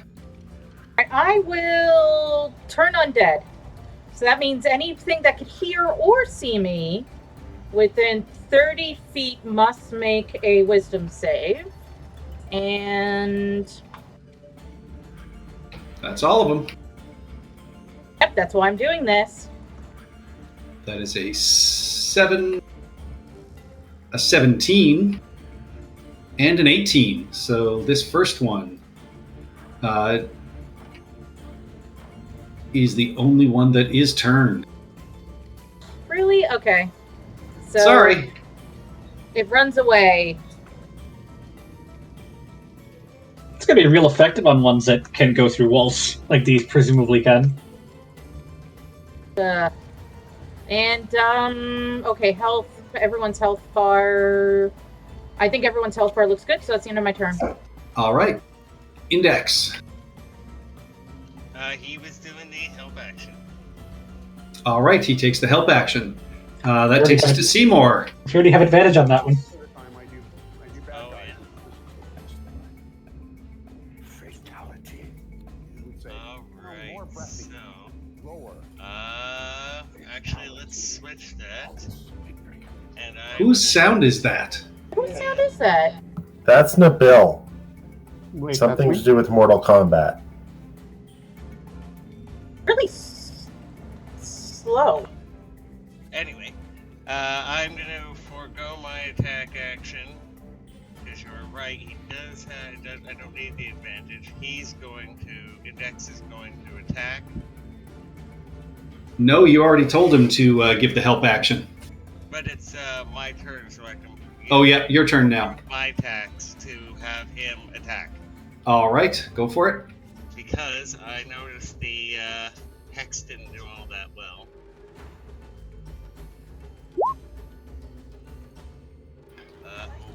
All right, 12 hits. Oh, nice.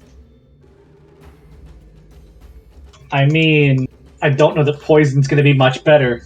I don't think it's going to be any better. Actually. Yeah, the poison has no effect, but Index does manage to sting for 2 piercing damage. And he's invisible. So he's still blind. It's not Index's turn, so he can't move. I'm going to stay where I'm at for now. And done. Julius. Julius is going to use the disengage action. Because he's between two of them. Yeah, he's going to go back up towards the stairs. Okay. So that he can maintain concentration safely. All the way up here. All the way. I want this thing to have to run past Molly in order to get to me and take an attack of opportunity. All right. You're assuming it has any idea where you are. Well, there's one that is at full health and does know where I am. That is true. All right. Chirrup.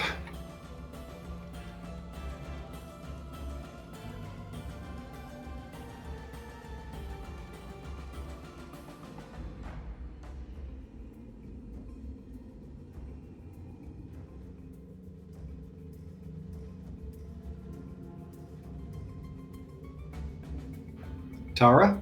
You're muted if you're saying something, Tara. Shit, sorry. Okay. Everyone just stay 15 feet away from me from now on. Because I don't want to get anyone in the crossfire of this stuff.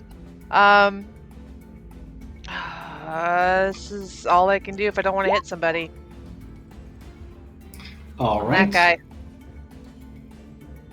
That is a 10. That is a failure for 4 psychic damage.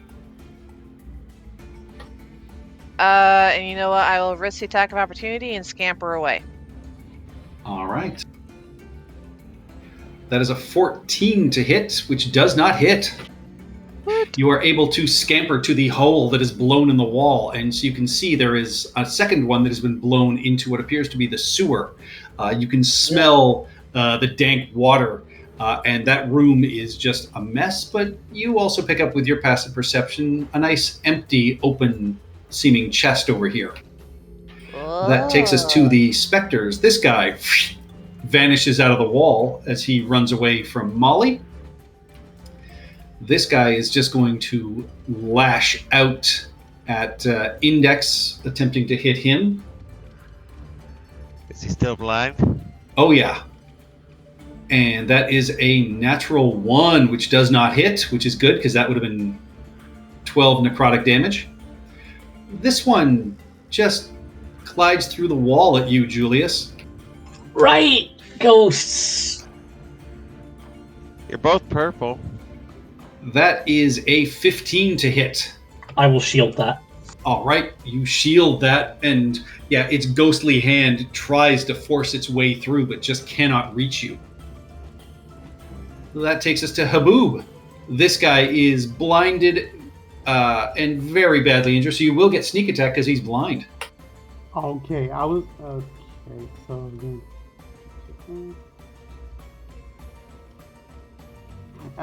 The question I wanted to ask, that's Julius's familiar, right? Yeah, invisible, you can't see it. I know I can't see it, but would I still get a sneak attack because it's next to this creature? It's an ally? You get it anyway. It's blind, so you get it anyway. I've literally opened this combat by making it blind and nobody's been attacking it. No, I'm not talking about advantage. I'm talking about. Sorry, my You mistake. get sneak attack for having advantage. Okay, sweet.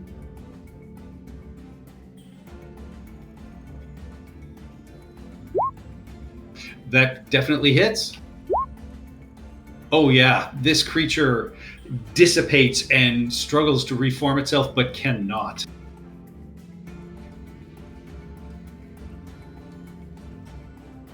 Any movement? I will take a couple of steps forward in the direction where Chirp is going to. I don't see any ghosts there. Nope, you don't see any ghosts. This room, you can see, the walls are lined with books and miscellaneous objects. You see an empty chest sitting on the floor over here, an opened chest, which appears empty, and a second blasted hole in the wall here, beyond which you can smell and also hear the sound of water. And on the blackened and charred floor, you see the remains of a broken horn. Okay, I turn my head upwards towards the ceiling. Anything on the ceiling? You can make a perception check on your next turn. Okay, that's it for me then. All right. Badme. Try again. That hits for 6 cold damage. And it is reduced in movement.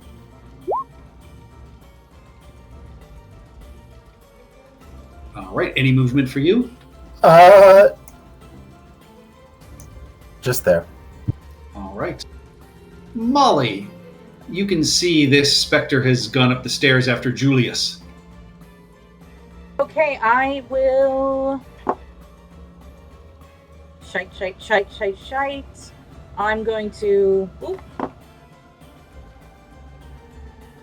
come around here so I can see them both, and I will Sacred Flame. All right. That is a 22. Damn it! And how's Hey. Julius's health bar looking? I can't see it. Can't see him. I can't see him from here. All right, I look No. around. Anyone else? Badme? Is Badme's good? I can see her. but I Nobody can't has see her. taken any damage. Oh, All right. Well, then I'm good. The falling books did more damage than these specters have. Index. All right. He doesn't have a specific thing, but he's not dumb, so he's just gonna give help action for Julius.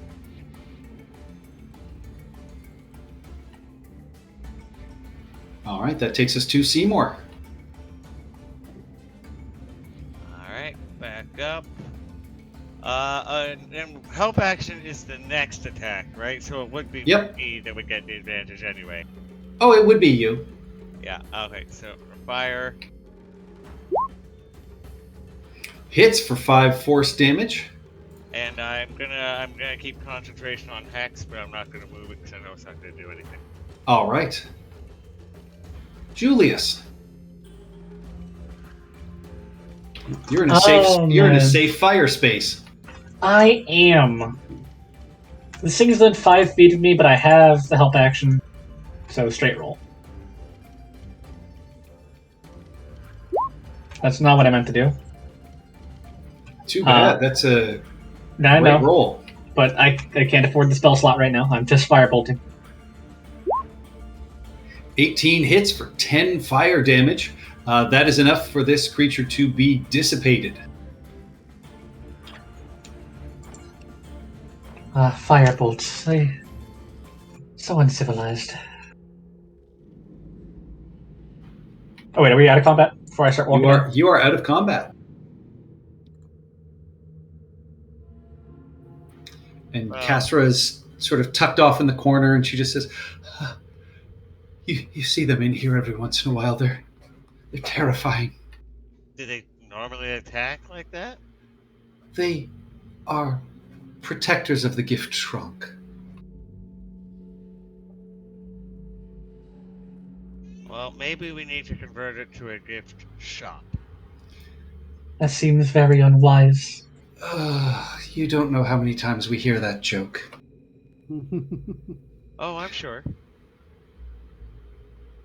Let's keep going. It was looked clear from Index's flying around. What's in that chest, Castra? She says, well, let me take a look. And she heads over and she says, well, the sigil on it is that of Denlor, a wizard that used to reside here. And she sort of paused and said, whatever was in here is gone. Julius is gonna pick up the horn. Yeah, it is cracked and broken. It looks like it exploded from within. And Index will go invisible, and we'll scout ahead a little bit. All right. Yeah, heading into the sewers itself. They're a good width. I mean, they're surprisingly large. The sound of running water echoes off of the many walls, and you can see a variety of intersecting tunnels up ahead. I only go 100 feet because that's as far as I can take direct control, so he'll come back at that. All right. There are no light sources in here, so does with his dark vision, Index can make out, basic things in the shadow. And after about 30 feet, yeah, there are a variety of intersections. So give me a survival check. Okay. No, I'm not going to use the spell slot. Oh wait, we might be taking a short rest soon. So I'm. Why would we? We haven't taken any damage. Because I need spell slots back. I'm gonna cast. Okay, I can't. For some reason, I can't scroll on my character sheet. Borrowed knowledge, survival.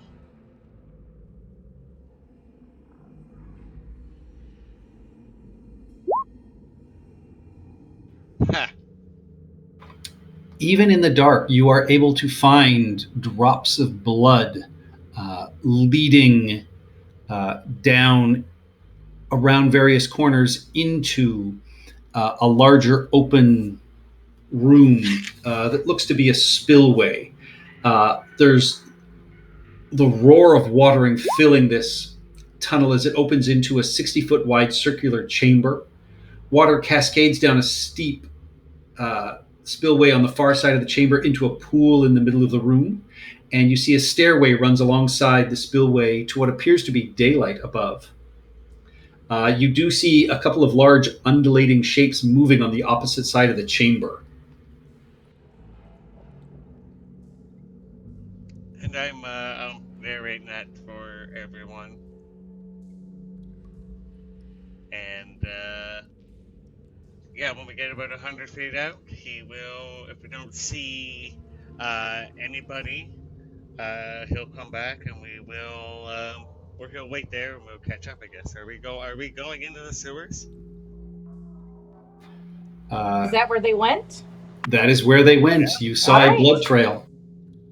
Let's do this. I still have locate object. If anybody wants me to cast it. But don't we need to know the object?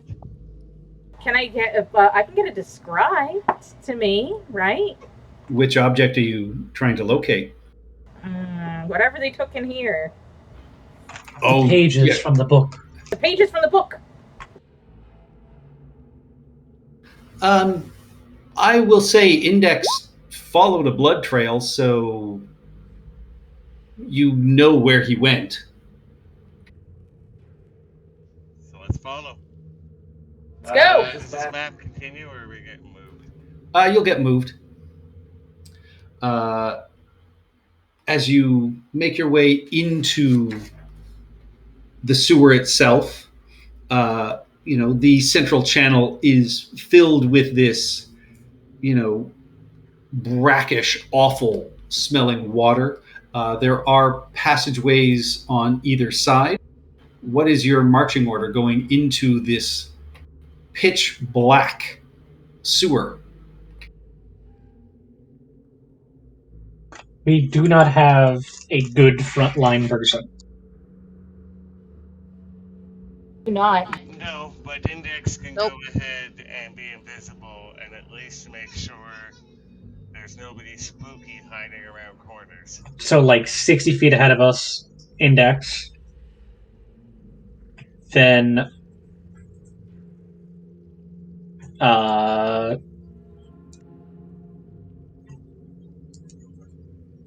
Haboob? Haboob can't be a frontline, he's got a bow.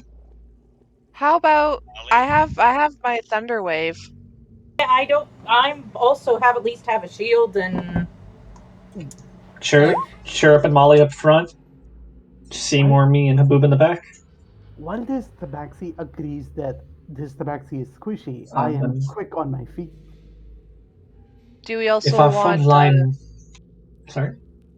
I was just gonna ask because I see the drift globe up here, but I can also cast dancing lights. So do we want a light source running ahead of us with Index, or? Dancing lights is it's not a lot of light, as we learned from the Great Ezekiel. It's like very, very little. Isn't it a lot of light if you break it up into four smaller? The 4 smaller lights have like 5 foot of light. What about if it's just one? Still not amazing, Okay. and takes like an action. I mean, Haboob wouldn't mind taking up the front. I mean, I've got dark vision. I can check for traps. But again, Alright, so Index on point, and Haboob and Molly, she's got her shield.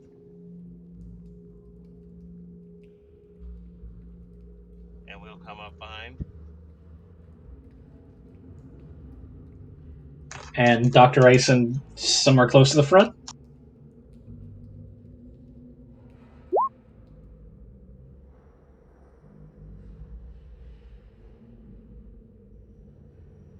All right. Are you using the drift globe? Are you doing anything else? I mean, otherwise, a lot of you are going in pitch darkness. We've Well, got to. We have to use one of the lights that we have. We have the lantern as well. We have the lantern that Seymour cast light into. It's not fire. I feel like going into a sewer with fire is a bad idea. Yep. But yeah, we have light, and Index is up ahead, and he has dark vision. So hopefully we'll catch anything. So we have a drift globe, and I have my dancing light. So if somebody wants me to pop one of those up, let me know. Definitely the drift globe.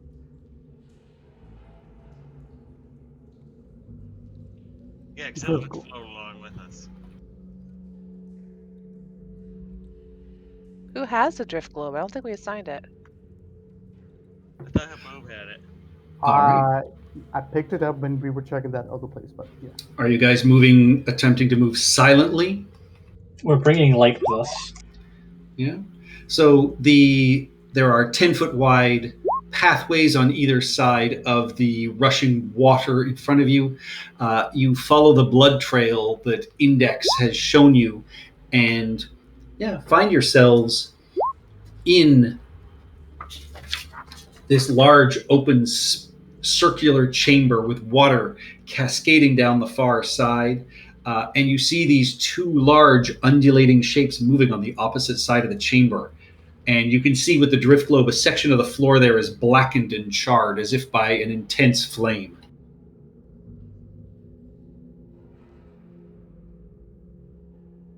So yeah, he will. Index will give us lots of warning of those two. Is it? How about now? That's better.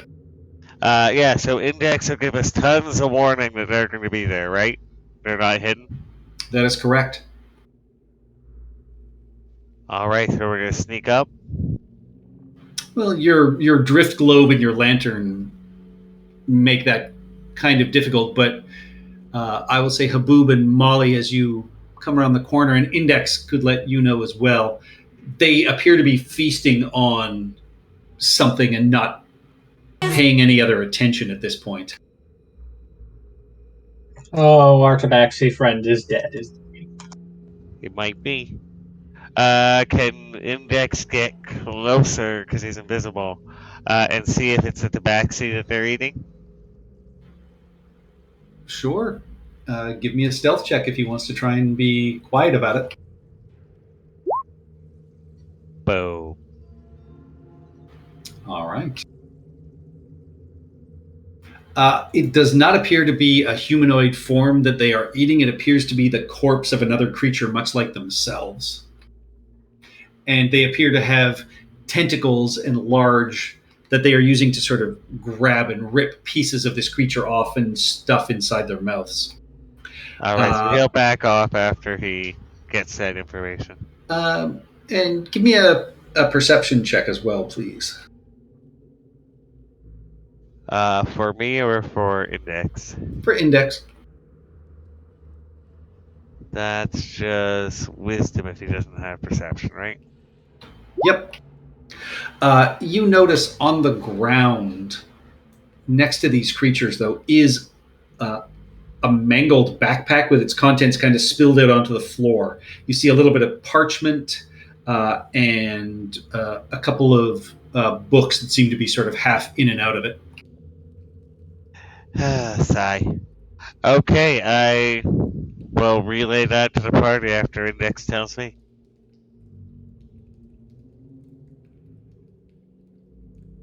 So do we fight them? I guess we have to.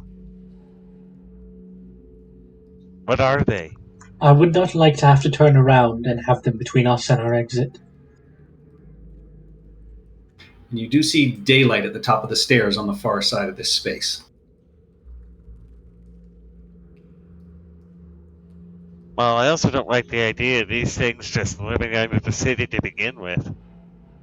It is unlikely that killing these two will have any meaningful impact on their population. There must be far more than just these.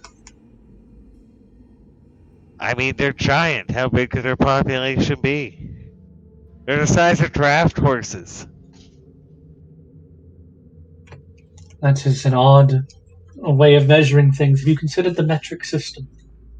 No, everything's in horsepower. Much more convenient. You want to just see if we can sneak away from around them? That may be wise. I do not wish to have them behind us. Can Index think he can lift that pack away from them? Or does it look too heavy? Hard to say. The pack is right under them with whatever they're eating, so Yep. we either have to take them out or try and steal the pack, because it looks like it's stuff from the library.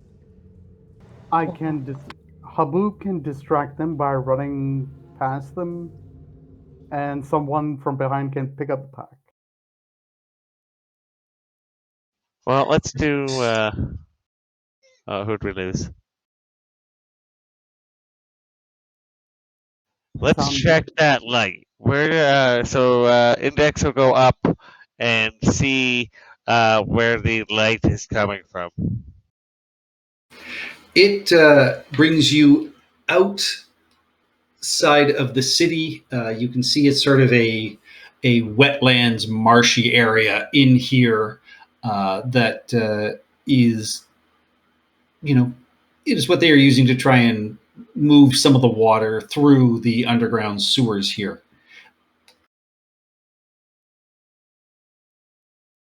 Okay, so there's at least an exit if we have to run from these things.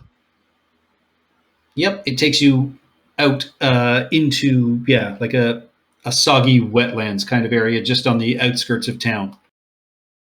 Okay, and then Index will come back, and I'll say, all right, are we shooting or are we just trying to get them to follow someone outside? Chirp will quietly mimic the sound of his shatter and point his finger at them. Let's do it. I agree. Let's do this. All right, let's have everybody roll initiative then. Yay!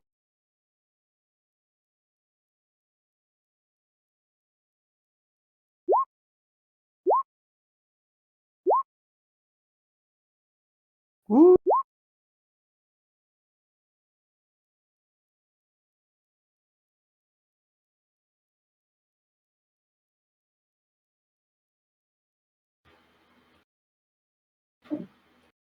First up to act is Haboob.